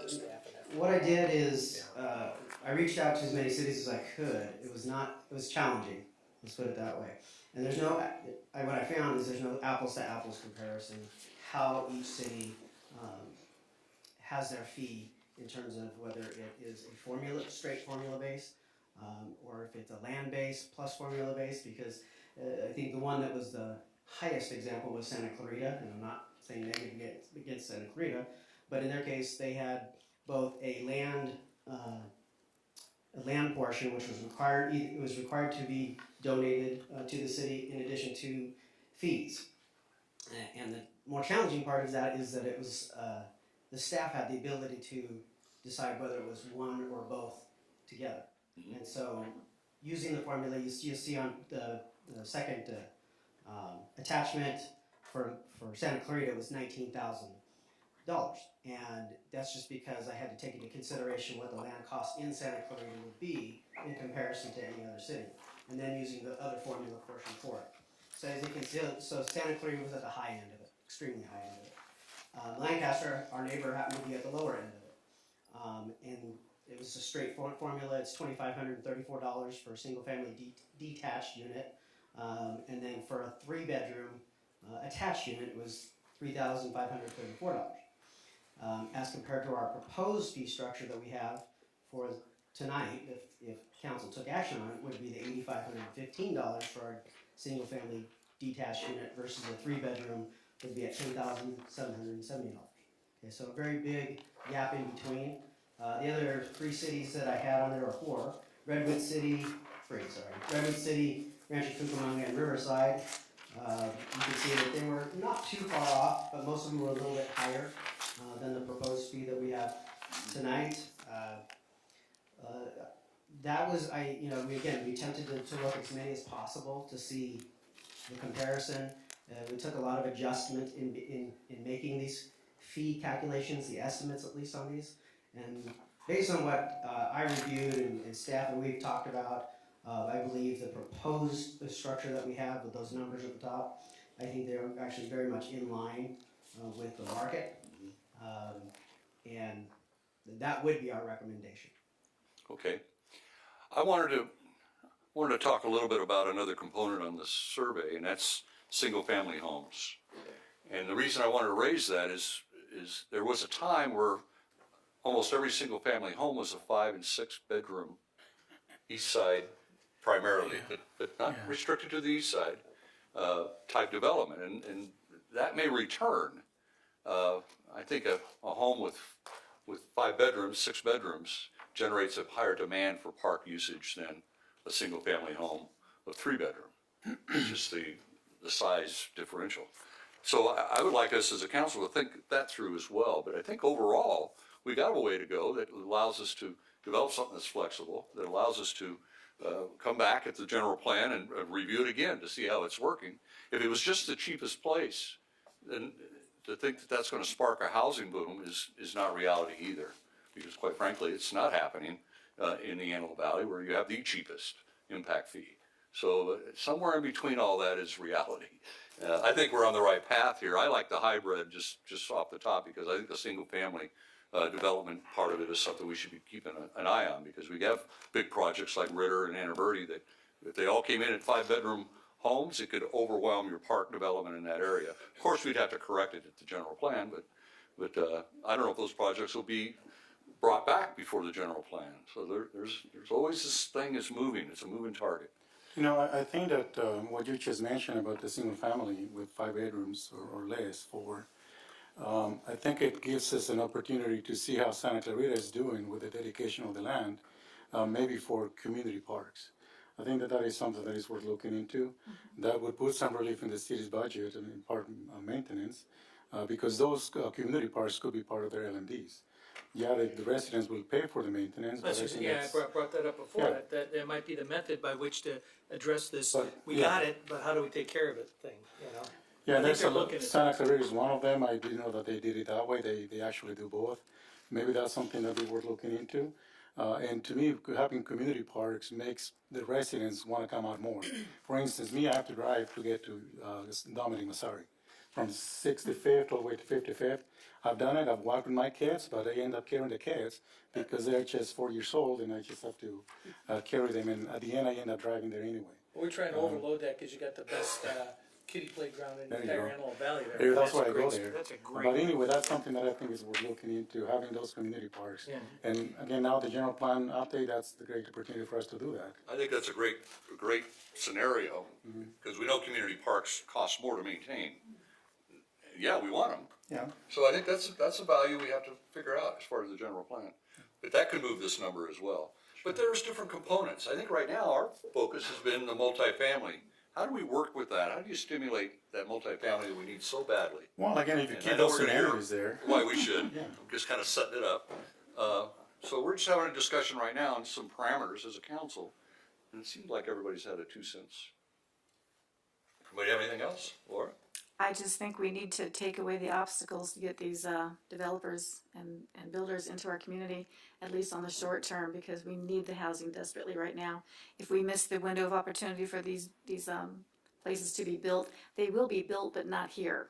And I would like to have our aerospace engineers living in the city of Palmdale as opposed to living somewhere else. Which they are right now. Right. All right. Anything else? Because otherwise I'll call for public comments. Please come forward. Been chomping at the bit there. Good evening, Mr. Mayor, council members.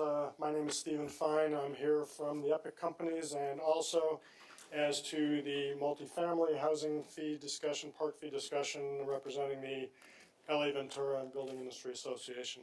First off, before I forget, congrats on Palmdale 2.0. I'll try and keep the discussion moving quickly before the killer laser vaporizes me into a puddle here. That's why we got it, Steve. I'm sure I'm going to be the first one called on here for that. We just heard the staff report presented, and with respect to the multifamily park fee portion of it, we saw that option number 1 presented by staff to you was what translates mathematically into a 23% reduction from the existing multifamily park fee. That was what option 1 was in English. It's important to note that that represents the maximum allowable fee. A reduction of 23% in essence gets you to what is already by law as much as you can possibly charge, the absolute maximum per your own city's consultant. If, in fact, however, we want to look at other ways to, I'm not going to say incentivize, but in the real world stimulate what we're all wanting to see, the staff report also provided you with option 4, which said if you want, you have the ability to look at an additional 20 to 30%, which would accomplish 2 things, achieving more economic reality for what developers pro formas call for to be able to make a project pencil and get sticks in the air, as well as to address some of the competitive aspects. We'll come back to that in a second because you know that this multifamily park fee discussion is really what has driven this whole topic. It's not as much the single family park fee that is at issue or the other for purposes now, but what we do see is we know that the numbers call for a 50% reduction to be able to make economic feasibility of these kinds of amenity-laden, multifamily, desirable projects work. There's no magic to it. We know right now that with skyrocketing construction costs, the finance costs going up, we see it every day, the infrastructure that still needs to be installed, as was referred to, all the other city impact fees, etc., we know that to make the numbers work, we've got to get to a 50% of what the existing level is right now. Backing up again, we know there's a gaping market supply shortage of this kind of product. We know that the amenity-laden, market rate multifamily housing is what we need for all the reasons you've discussed and that we've talked about previously. We know we want to get that next generation of employees and others here. We want to get them here, keep them here. We know they're our future property taxpayers, our tax base. And you're out of time, my Do I friend. get a double? You did good, though, you did good. I'm moving it quick. I think you But the point framed being, it. otherwise I'm gonna have to tag team off to McGoy over here who'll come up and finish for me. But the point being that we urge the council to authorize staff to bring back to them at the next council meeting, because time is ticking, and we'd like to get projects in the ground, a 50% reduction in the existing multifamily park fee on a per bedroom basis as it is. By the way, comparable towns, for what it's worth, and I did the exhaustive research study, by the way, and drilled down into it. Right now in Palmdale, for a 1.5 average bedroom unit, a mix of ones and twos, which is what is likely to happen, $7,000 a door right now is what that translates into. You can have that same fee in Lancaster, $3,100, Apple Valley, $2,708, Victorville, $2,546. No, we're not Santa Clarita or Simi. We have to be consistent with the demographics of who we are. Thank you. Thank you. All right, next.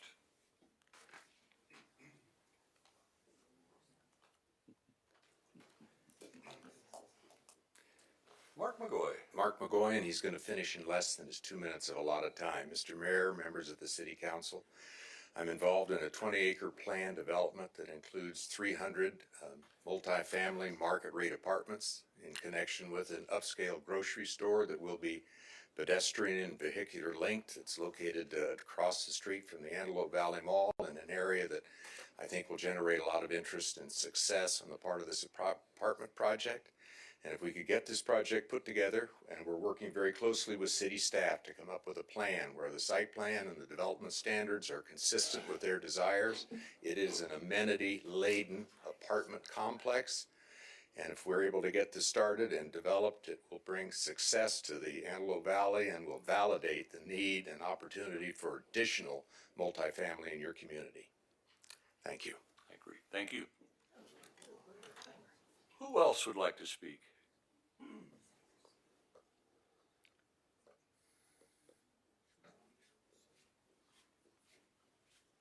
Yes, ma'am. Good evening, Mayor and City Council. My name is Garlina Davis, and I just wanted to make a brief comment regarding the fees, understanding that the fees are, from what I hear, are expensive, basically. When I ran in 2016, my biggest thing was the housing. Coming from Colorado, I just thought it was rather strange to not have appropriate housing and having to wait for such an extended length of time just for housing. And so I really would advocate for the council to seriously take whatever barriers there are to make it affordable and provide what's ever needed. The other question I wanted to ask is, if the fees were as high as they are, is there a measure in place to, I don't know if I have the right word. How do you measure if they were so high, then that would apply to the parks? Did we use the money to take care of what needed to be taken care of for, what it was marked for? And I'm not sure that was, what kind of grade do you get for that, for what you've been charging? So if you're going to lower it, is there any measure in place where you're going to quantify, putting the money toward what needs to be done? I'm thinking of the parks. And It's restricted money. Okay, well, does it apply to the parks? Yeah. So I still have the park that I cannot pronounce, the Q Park, that is still not done. We get 3 or 4 of them. Yeah, so I'm just saying, you had high fees and stuff that's not done. So I would greatly appreciate, while you're doing the cutting, also apply the money to where it needs to go and get the job done. We've had that conversation. Yeah, That's all. We've deeply had that conversation. Oh, okay, I'm just saying. Trust. The scoping came from the community in the general plan. That's what told us the level that we were after. And there's a nexus argument that you have to make. If you don't, the development community is going to challenge your impact fees. And yes, they are dedicated exclusive to parks. And I got to say, in Palmdale, we've got an outstanding park program. Parks, programs, the whole gauntlet. And so it all has to be based on a nexus. I'm just simply saying, if we're going to use the money, that we, we have hardworking people here, retirees, and that we put our money where it's best done and do a good job and not just half, I won't say the other word, but not half do it. Thank you. All right. I think part of the issue has been that, we've been getting 100% of nothing lately, and maybe we can, there's a balance out there we're trying to strike, so. I think it does have an effect on that, absolutely. All right, who else would like to speak? Yes, ma'am. Hi, good evening. My name is Maria Manella, and I've lived here in the city of Palmdale for almost 30 years. Raised all my children, they're all in college. So I just wanted to say that we desperately need housing, especially for families. I have 3 or 4 families that are living in one house across the street from mine. And it's not pretty, it's very disruptive, but most of all, it's super sad. So we need more housing. And a lot of the apartment buildings that are being built in like Las Vegas, they all come with all their amenities. So that'll be something to link into. Yeah. Thank you. Thank you. There was some of the examples that they gave us, and actually went up there and took a look at some of them, so. You know, there's some nice product out there that can come to our city if we can figure it out, connect the dots. Who else would like to speak? All right, seeing none. Again, it's not a public hearing, but we do want to hear what you have to say. So it comes now back to the council. As a city, let's have a discussion now, and let's try to give some direction on where we want to go with this. Well, I think we've heard a lot of good supporting reasons why we need to reduce these fees and provide more housing and a more sustainable quality of life for our residents. I, for one, like to give our city manager direction to look at revising this using option number 4. Is that the Market adjustment. Market adjustment, bring those fees down across the board. this one? Yeah. It's that plus market. There's no chart for it. Is there a way that we could just address the multifamily development at this time? Why do I say that? Because single family, again, with the new general plan, I think that we have that opportunity to look at what Santa Clarita is doing. And if we included single family, I know that we don't want to use the word incentivize, but that's what the single family developers would do. Their fees are going to be cut significantly, and we're going to get even less from what we've been getting. Yeah. I think you're right though, and I think we have the ability that when they come in and they talk to the city manager and the planning department, I think that we're gonna see some of those hybrids. I remember there were some neighborhoods I was walking recently, like off of R8, where they have the small sort of. One development that comes to mind is Madeleine Court, 70th and Avenue R, between Palmdale and R. They do have a community house, a pool, and a toddler play area. I know that the residents there have an HOA to maintain that facility, but that's really what I think that we should be doing with new single-family development. That will have the residents there stay within their development, within walking distance, and enjoy those amenities, the pool, the play lot, the toddler Some area. of those downtown, like off of Gilworth and Lasker and R8, there's some great little pocket park areas down there. So we need to make sure that we utilize those, and like in some of the areas where Mr. Carrillo's brought up in the past, where we have these unused drainage basins, where we can open those up and let the community utilize those. So I think all that kind of comes together with being able to facilitate the builder being able to pencil it out at the end of the day. So well, I think I'm with Councilman Carrillo as far as focusing on multifamily. And maybe the general plan process can help us on the single family. I have no problem with reducing even the single family, but I think it's the multifamily that we're after. And maybe there's a way to focus there to pull that off. I can tell you when we talk about pocket parks and all this other stuff, we're really raising the cost, which means you're going to maintain your fee if you're going to get those goodies. Mayor, excuse me, not with the reserve we have in the LMDs right now. there's plenty of money there to handle I that, so. understand, but That's a LMDs new is development. restricted to landscape maintenance. It cannot be used legally for parks. Okay. Now, we've used hybrids, but I gotta tell you, that's may not be the end all to save So us. we'll take a look at it. I don't know that I want to exclude the single-family dwellings, and here's why. We're assuming that all of these engineers that are coming to our city are single people. There are a lot of people who've been in the aerospace industry for 20 years that will be transferring here with their families.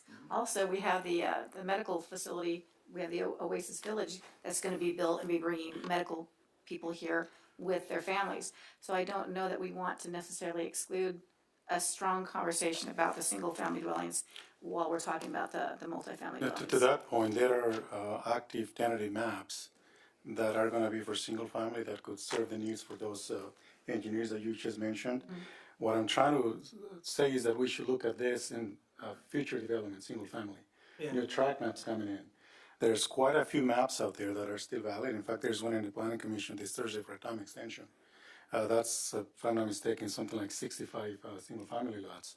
So the market's still there. I mean, there's still available single family homes in the market.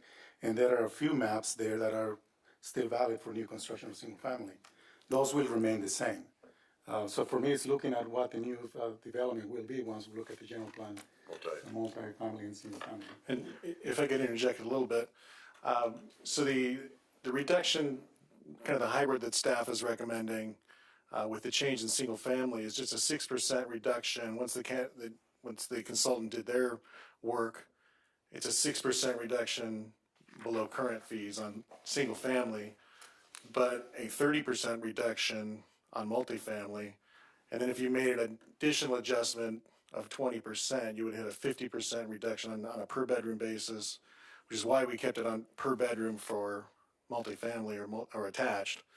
And the single family fee would go down 26% if you do that market adjustment. It's also because it's a per unit, everything's based on an average of 3+ bedrooms. So if somebody's coming in and building 4 and 5, they're still at that same 8,515 fee because it's a per unit. And then on the multifamily, we're capping it at 3 bedrooms. And so if somebody came in and built a 4-bedroom apartment, they're going to pay a 3-bedroom fee. For someone to come to the city manager's office or to planning and request an adjustment to their fees for residential, that automatically kicks in affordability requirements. And so you can't get any kind of incentive or concession from the city for residential housing unless they enter into an affordable or a senior housing agreement with the city. Yeah. Right. That 85-15 works out to about three units anyhow, so. Yeah. So, I think that the staff proposed park fee schedule, I think it's kind of hitting that middle ground that we're looking for. That's going to provide that incentive, but still going to maintain the fees for the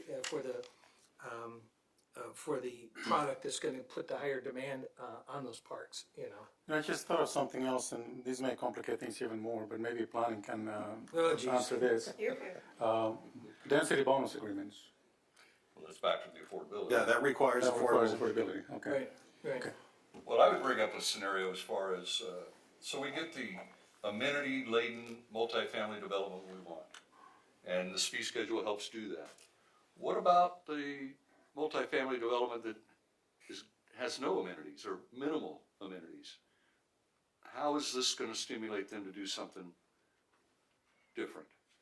I mean, if somebody wants to go, the cheap end of it, they're going to go the cheap end of it. There's no guarantee you're going to go to a pool or a clubhouse or anything. Is there any way that we could look to maybe give that credit when you do get the amenity-laden project? There's a benefit, and if there isn't, then maybe they're going to pay a different rate. That's what we were talking about earlier. Yeah. Just raise that as an option for our consideration. Well, I think our code requires a lot of amenities, pretty amenity-laden projects, which is one reason we haven't had a project built in 30 years.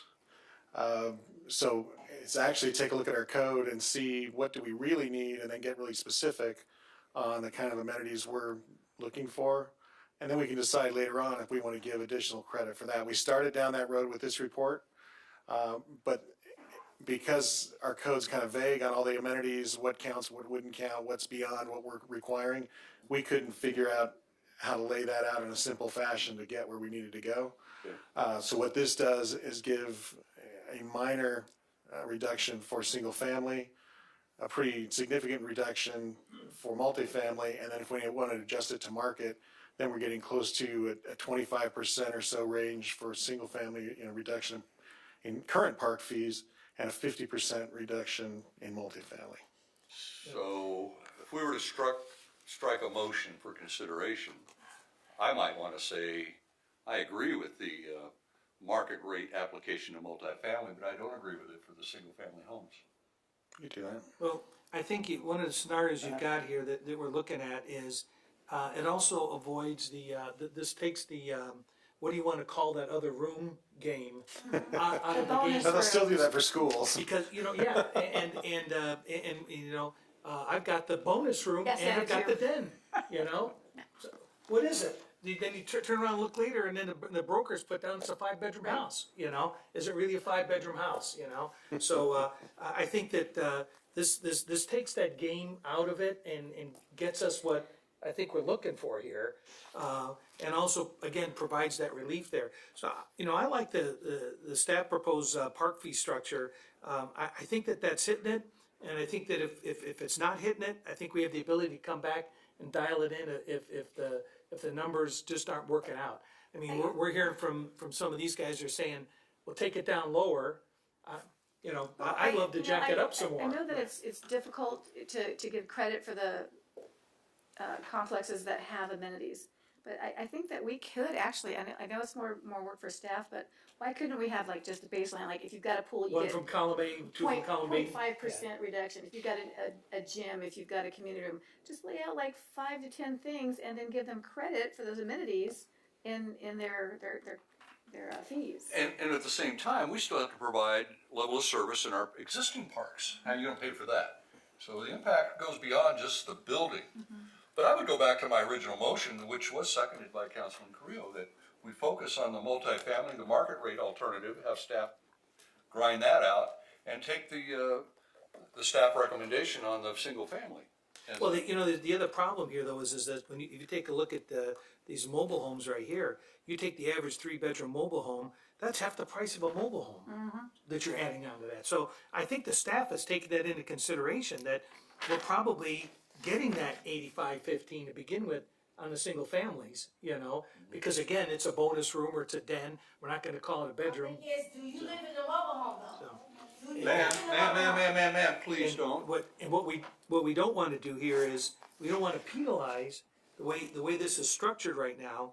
The current fee schedule actually, is significantly higher on the mobile homes when, we're trying to make them affordable. And the fee structure that the staff has brought forward kind of puts that on a cap, and it would be like a 1.5 bedroom number or something in there. Close. So it actually makes it more affordable, so, I think that if we don't take a look at that, I think we're gonna end up still playing a game with these guys coming in and, again, calling it a bonus room and another thing, and I'm calling it what it is, Live in a mobile home. Ma'am, we're gonna have to ask you to leave if you continue. Please don't. Thank you. I'm just saying. I understand.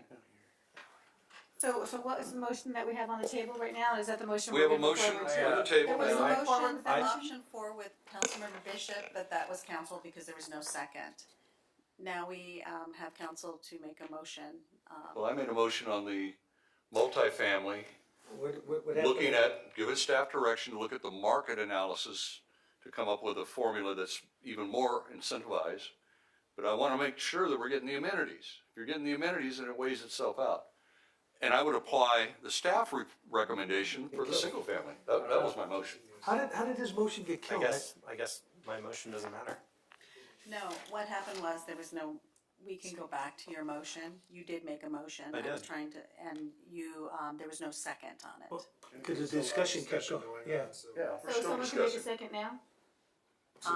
We can go back to that motion. I'm so confused. So,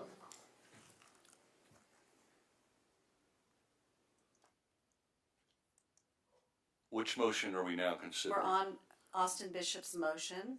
Which is number 4. We need a second. So I just hit Steve it. Hoffbauer just Can made we, a second. can we I'm recording restate it. the motion? Option 4. Option 4? Yeah. That's the market motion rate was for to go- everything. Yep. So we'll start voting. All right, so we have a motion.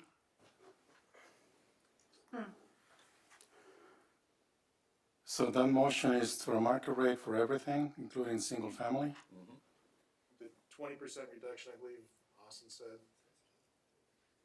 I have a range of 20 to 30, but I think your first motion. It was for 20. Sorry. Yeah.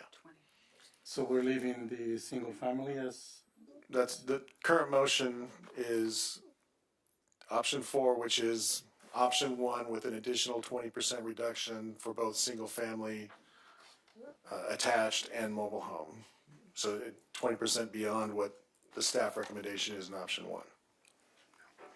All right, we have a motion? No considerations of points for amenities? Could we add that? Like, I mean, at that point, it's a 50% reduction. Whether you get them or not. So we're missing a vote from Carrillo and Betancourt. but there was no second, was there? Yes. There was? Oh, yeah, we're Yeah, live. we need You can't get to the,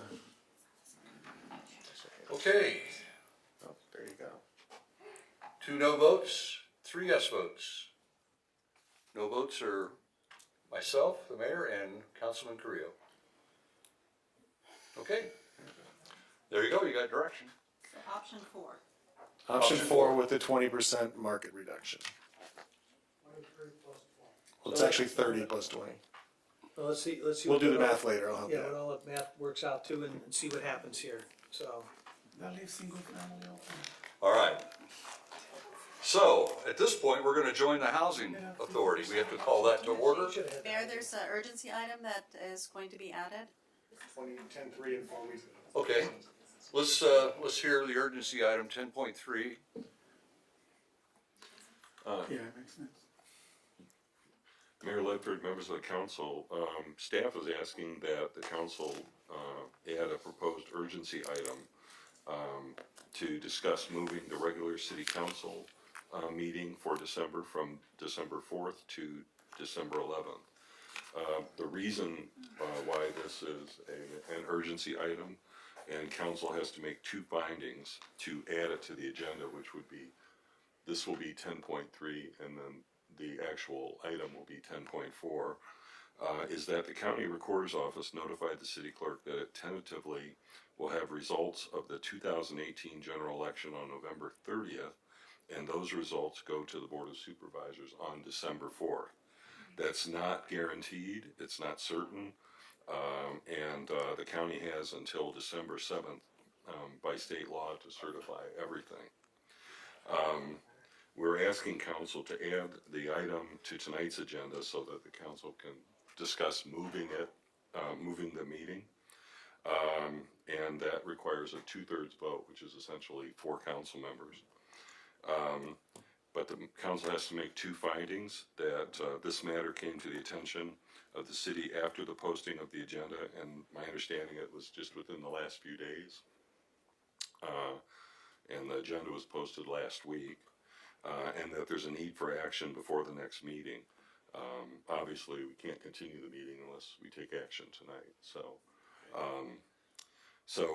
If the council make those 2 findings, by a 4/5 vote, it can be added to tonight's agenda, and then, So moved. discuss it. Second.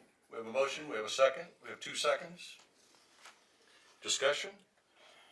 So this is now, we're voting on the urgency to add it. Add it to the agenda. So we're adding this to the agenda. Start voting.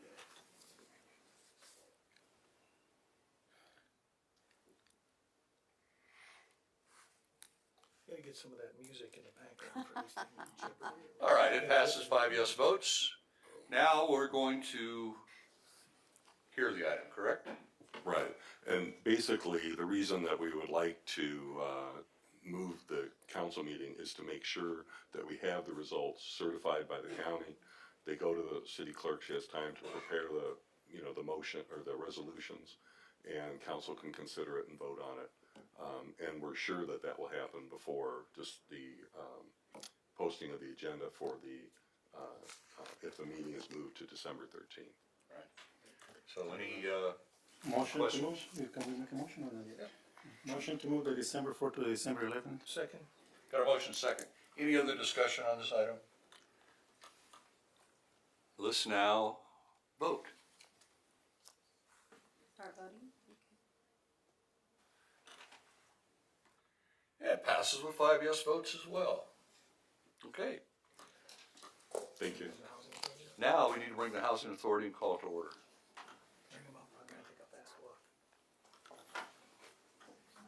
Mr. Brown.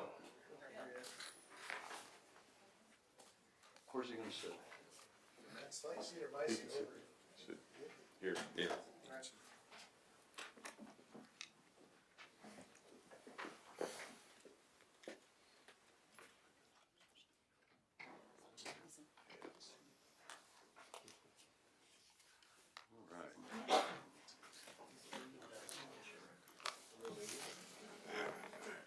Hello, Mr. Brown.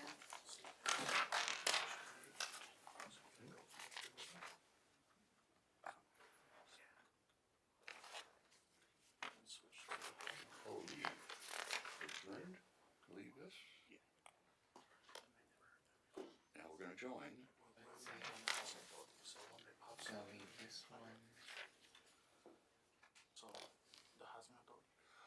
View. We're test driving all this, everybody. Yeah, yeah, let's just go back. Thank you.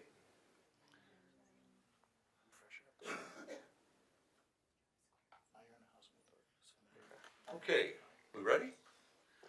We're gonna call the housing authority to order, and we would like a roll call, please. Chair Ledford, Here? Vice Chair Carrillo, Here? Commissioner Hoffbauer, Commissioner Betancourt, Here. Commissioner Bishop, Here. Commissioner Brown. Here.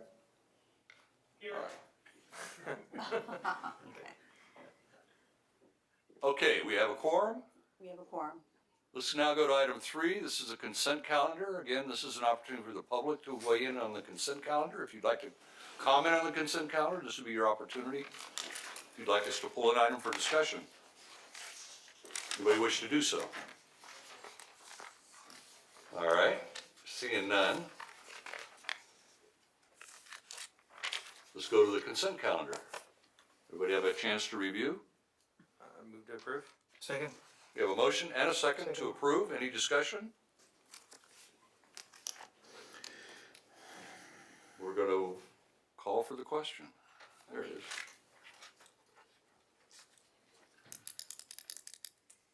I just need Laura to vote. I just don't press it hard enough, apparently. Okay, that passes with 5 yes votes. All right, we have now, we're at the public hearing, public comment hearing, which we're gonna now adjourn the Housing Authority, and we'll go back to, let's see here, no, we're there for all 3 agencies now. Housing Authority, successor agency, and the public comments for City Council. This is now the public's opportunity. If you'd like to address us on any issue, understand we can't take action on anything that is not agendized. Who would like to speak to the council? Now's the time for public comments on any topic, am I correct? Yes. Okay, just want to let Any. everybody know. Yes, ma'am. Hi, I'm Joanne Granai, and I did see that there is an opening for the Housing Authority. And as more people in the community are getting engaged and getting involved and start, now that you guys are back on camera, congratulations. I just want to know, and I'll relinquish my time, if you could please, one of the council members would please go into what the Housing Authority does, give the community an opportunity to know what they're getting involved in and what they would be volunteering for, what it entails, a little bit more about that application process as well. Just some information of what the Housing Authority does so we can get more people to apply so you can have a nice stack of good quality people to apply. Thank you. Excellent suggestion. I would suggest if you're gonna apply, go to the website. It'll also give you a lot of information, okay. Who else would like to speak? Yes, sir.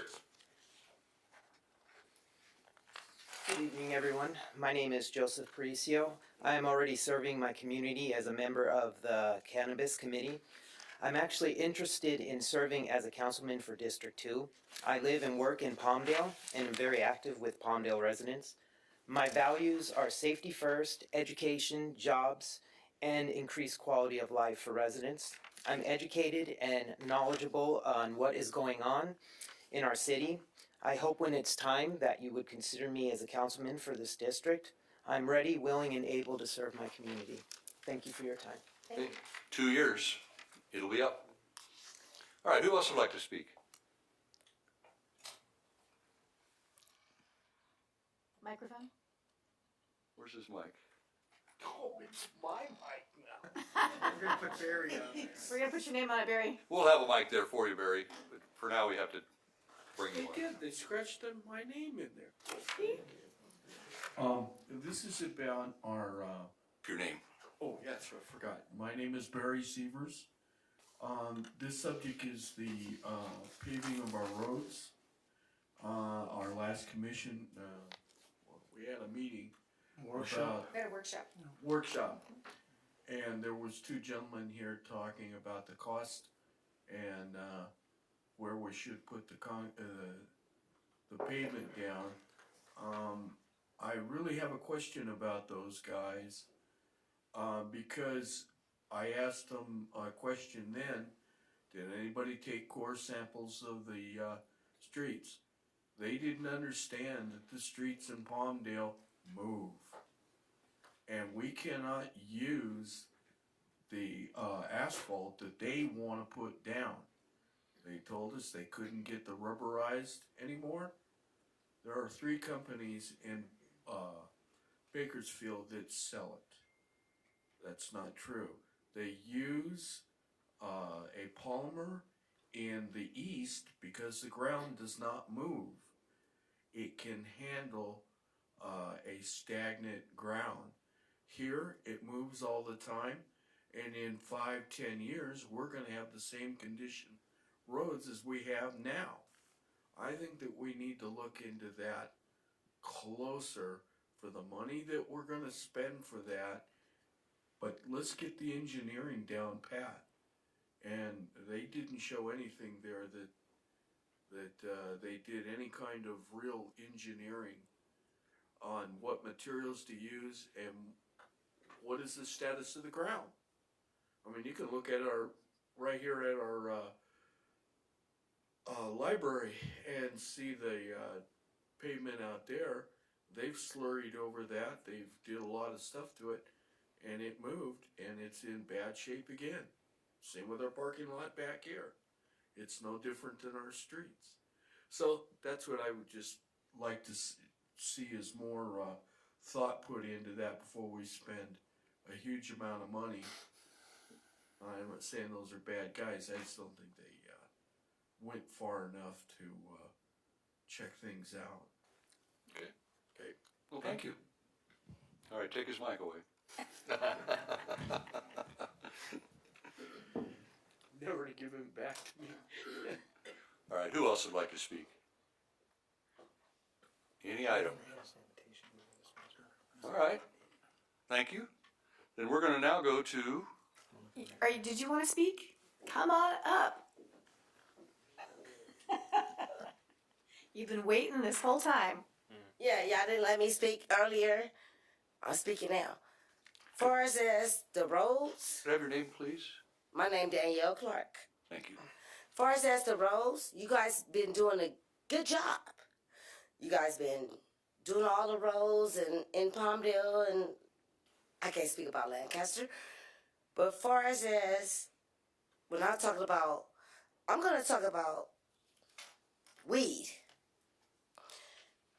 They don't want weed in Palmdale, which is understandable. But if you got a medical condition, you're supposed to be able to get medical condition, long as it's medical condition. And I feel like that they shut down all the places in Palmdale, and now you gotta get a ride or whatever else. And it's the only thing you could do in Rosemont. But it's people out here that really need to, who wants to take Narcan and all that shit. No. Man, please don't. Oh, okay, I don't supposed to cuss. No, ma'am. My bad. It's okay. But I'm just saying, like, who wants to take the pharmaceutical drugs where you could just smoke a little bit of weed? Yep. If we could get more, like, dispensaries, like, you know, you gotta have everything from a doctor and you could go there. And that's what I would like to see. Okay. Well, the committee is not done. They're making their findings. They'll bring it to the planning commission and the city council. We're gonna have lots of opportunity to comment and to give us your 2 cents. And everybody can make some money. There you go. Thank you. All right. Who else? Okay.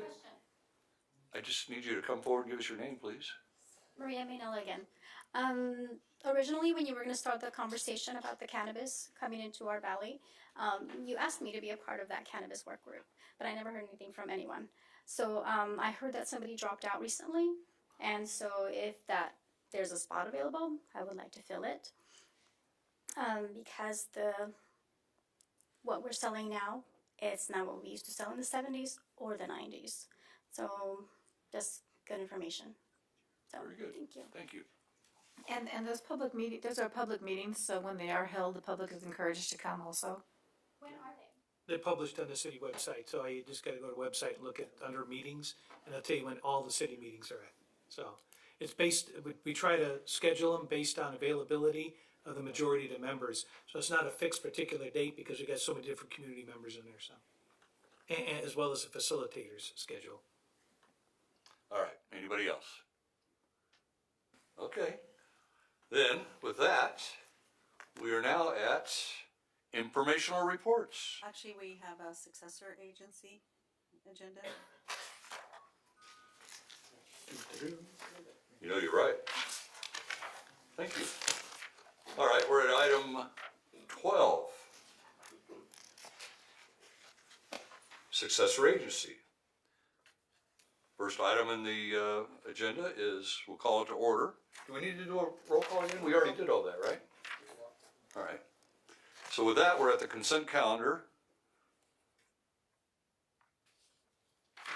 And this gives the public an opportunity first to speak to this consent calendar. Anybody want to speak to the consent calendar? The items on here are investment balances and quarter report on investments again, and the minutes from the previous meeting. Don't see anybody wishing to talk to that. So why don't we, as a council, let's go back to the consent calendar and entertain a possible motion. Move to approve the consent calendar as comprised. Okay. Second. We have a motion and a second, Start voting. and we're now voting. And it passes with 5 yes votes. I moved it. Oh, you moved that Yeah. motion? I pushed it. I think, you pushed your button, Mr. Ludford, that's why it showed, the motion as you making the motion. We can go back and correct that for the Whatever. record, Okay. Steve. All right, because we just called it, well, we didn't call it back in order as part of the public information as far as public comment. So now we're actually ready to go back to informational reports. We're getting there. Who'd like to go first? Do we want to let Mr. Brown lead, or should we say first? Well, Mr. Brown could leave if you like, but he can stay up here if he likes to. He looks pretty comfortable. I don't want him to feel trapped up here. Just call. We had to leave yourself on the contract. And then we had to discuss some rules and stuff. Who'd like to go first? Go ahead. Why don't you go? All right, I usually go first. All right, lots going on this last month. A lot of exciting stuff. A lot of exciting stuff going on this month. made various stops around the community at some of the events we had. I stopped at the Kaleidoscope Music and Art Festival over at the amphitheater. That was a one-day event. It was very well attended, and it really shows the art and culture that we're really cultivating here as a city. And it really just gets better and bigger every year, and it's really something to attend. So if you didn't make it this year, you're definitely going to want to make it next year. I also attended the reopening of the Idea Academy over by Highland High School. Brand new school for elementary students, and a lot of parents and students came out that morning, and it's really a beautiful school. It's another great addition to our community, and it's something else that's pushing the STEM education, which is a big one. I attended the AV Wall multiple times between the ride, setting it up, and the ceremony over the weekend, which is also become just really a landmark event in the Antelope Valley. That wall is really something to be seen. It really is something else. And the volunteers, the amount of people that come out to set that up and put that event on, and even our chairwoman, Station Nemeth, takes a big part in that and putting it together. And it really is just a great event to attend and pay tribute to the veterans. So I was also at that. I attended the Lee Ermey dedication on Saturday over on Sierra Highway in Abidouen. I think we had like 500 people out there. Really well attended. Also this last weekend, and we were able to pay tribute to the Marines, their birthday, and the veterans all at once. And it was really nice to see the community come together as all. I attended sanitation district meetings, business as usual. Yeah, sanitation.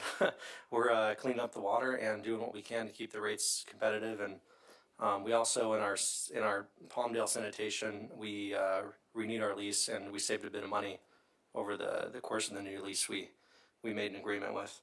I also attended the AVA QMD, which is, if those of you who don't know, it's rebates for companies and businesses that have, let's say, diesel trucks or equipment that's polluting the air. If you've got that, you may qualify for rebates, and also electric car rebates. If you bought an electric car in the Antelope Valley, you could be owed a rebate for that, and lots of other stuff like that happens at the AVA QMD. Electric lawnmowers, anything we can do to really start cleaning up our air in the Antelope Valley.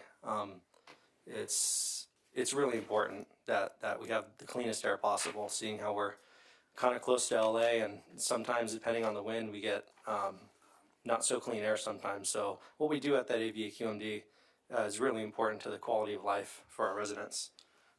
There's more stuff than that, but I'll let my council dig into the rest. Okay. So attended a lot of those same events, the AV Wall, the Lee Ermey highway rededication, Kaleidoscope events, and such. Also attended our monthly meetings for SCAG, the Liability Trust Fund Board, and it's looking at various claims and things with the Sheriff's Department, and every once in a while we get some good news on that, and it's a very difficult assignment in having to hear how some of these incidents go down, and looking at the impact all around to the community and to the deputies sometimes. Attended the Contract Cities Training Program, and we had we primarily were looking at some of the legislative issues that are coming up. We had a very in-depth discussion from the animal control, which was the precursor to what they gave us here as far as their this huge rate increase that they're looking at. Attended Mobility 21, where we're looking at just how we facilitate moving in through the 21st century here, and all the mobility options and things like that we need to look at. Just to expand a little bit on the AQMD issues, we gave another $25,000. If you got a business, and you got especially if you got diesel vehicles and you need to have stuff replaced, we've got money. AQMD's one of their functions is to funnel grant money out to the community to help clean up the vehicles and things like this that are polluting that air. So if you got a business and you need that, either fixed machinery or vehicles, we have money for that. We talked about how on some of the AQMD issues, how the cannabis business is impacting it and vice versa.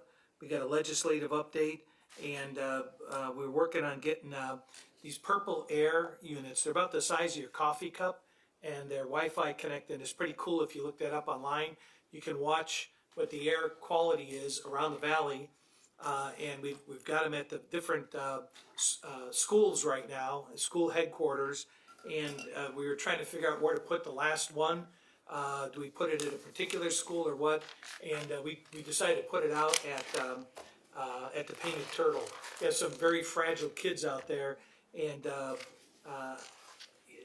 you and I aren't going to feel it, and these kids are already suffering because of slight little things that happen in the air, and these kids get real sick. So we've got that out. You can look at online, and you can look at what the air quality is doing all around the valley. It's actually pretty cool.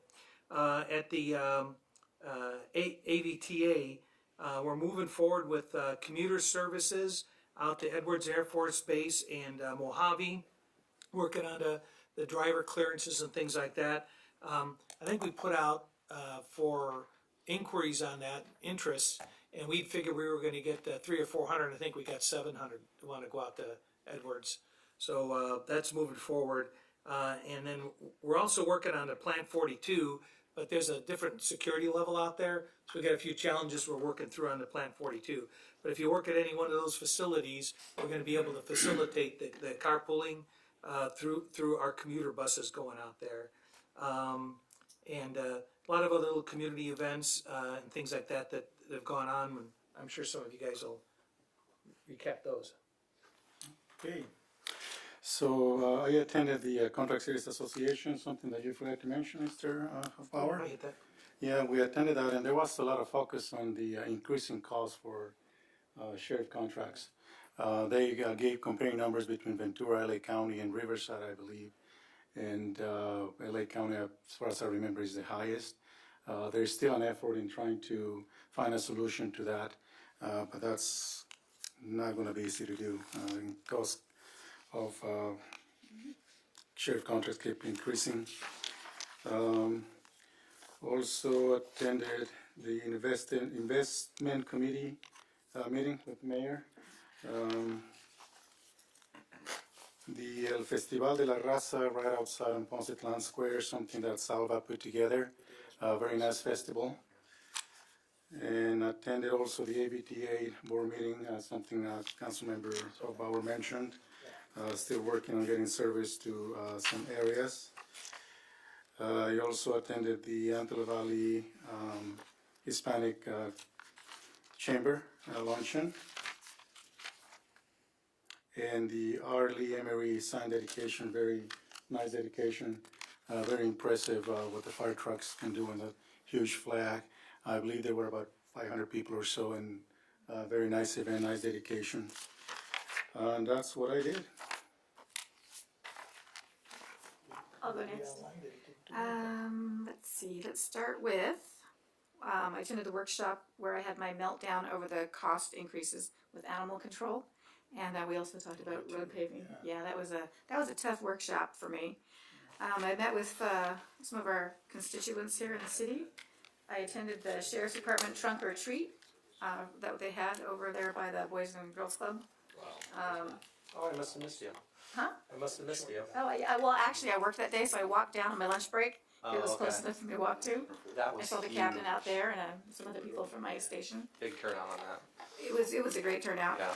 I attended the R. Lee Emery dedication, which was really nice, and the fire department was really nice in the middle of all the fires that they're having to deal with. They actually did a flyover, which was really appreciated. I voted, so I'm hoping all of you did too. Let's see, what else? I attended the Veterans Military Ball. That was a fun event, very, very nice. Let's see, what else? I did not attend the prison meeting because the day of the meeting I was sent to work down in Norwalk, and I did not get back in time for the prison meeting. So that's all that I've done so far. And I did want to say that I have spent a lot of time being very sad for the people that were killed in the shooting, and for all people that are suffering from the fires. So my heart is broken for all of them. Okay.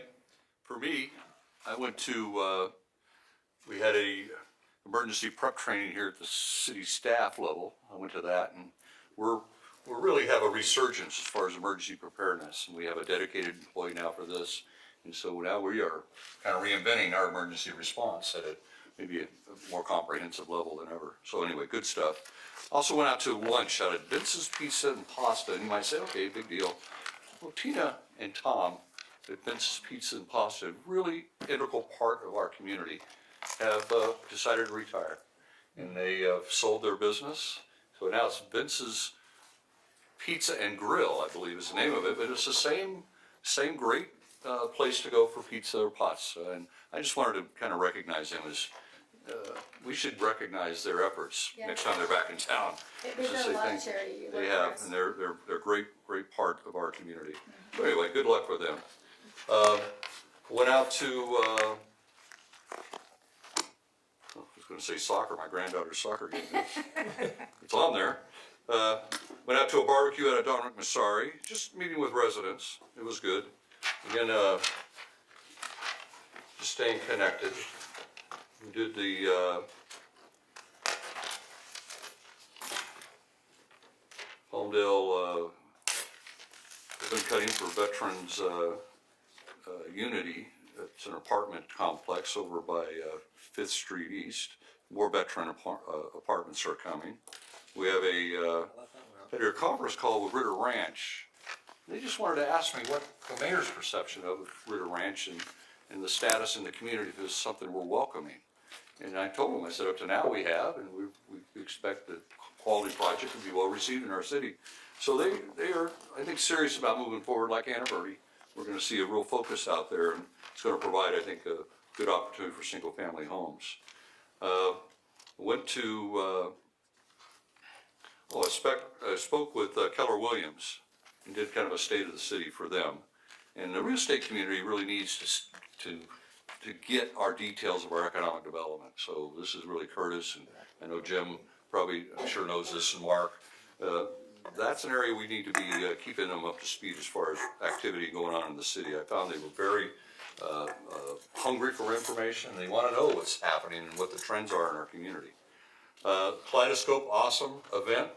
Our staff does an excellent job, ladies and gentlemen, in our park programs, and it's something we need to keep in mind as we start tweaking with the formula, and we need to understand what the impacts could be. Because right now it's got to be more, it's more than building parks, it's operating the parks and all the events that we do in our community, the quality of life that we I think, so richly promote here in Palmdale. So I just bring that because I think it's an important balancing act.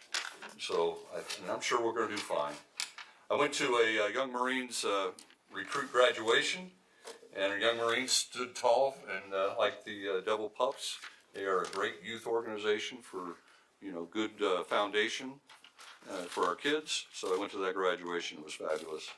I also went to, again, a meeting regarding our well, I won't even get into that. It's just for a business looking to locate on the east side of Palmdale.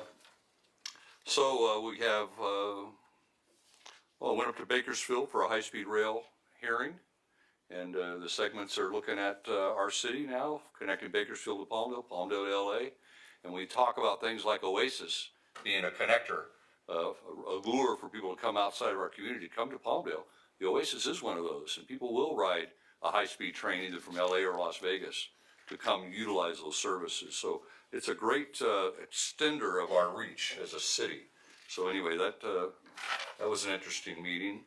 Chamber lunches also, I really try to support our chamber lunches because, again, that's your active business community, and it's important to understand their concerns and their issues going on, and so it's just little tidbits you pick up. Again, the Sister City, meetings with Sister City, ongoing, because they have an ongoing program, and we just had a visitation. It was great, but they're already planning now the next visitation down there. So anyway, Sister City's a good element. We also have, well, I think when I get into the minutiae here, I don't want to get too deep into this thing. I could say I think I'll let it go at that. More going on, and you heard a lot of it from the other council members. So with that, I'll let that go, and that's our activities. It's a pretty active community. All right, so what's left? Our next item is Look at the machine, huh? go to the machine. We're gonna be looking at, I think these are items for the future agenda. Yeah, council requests for new agenda items. Anybody wish to do that? I don't have anything. There's more coming, guaranteed. All right, if we don't see that, I want to adjourn our meeting, but I don't have the name.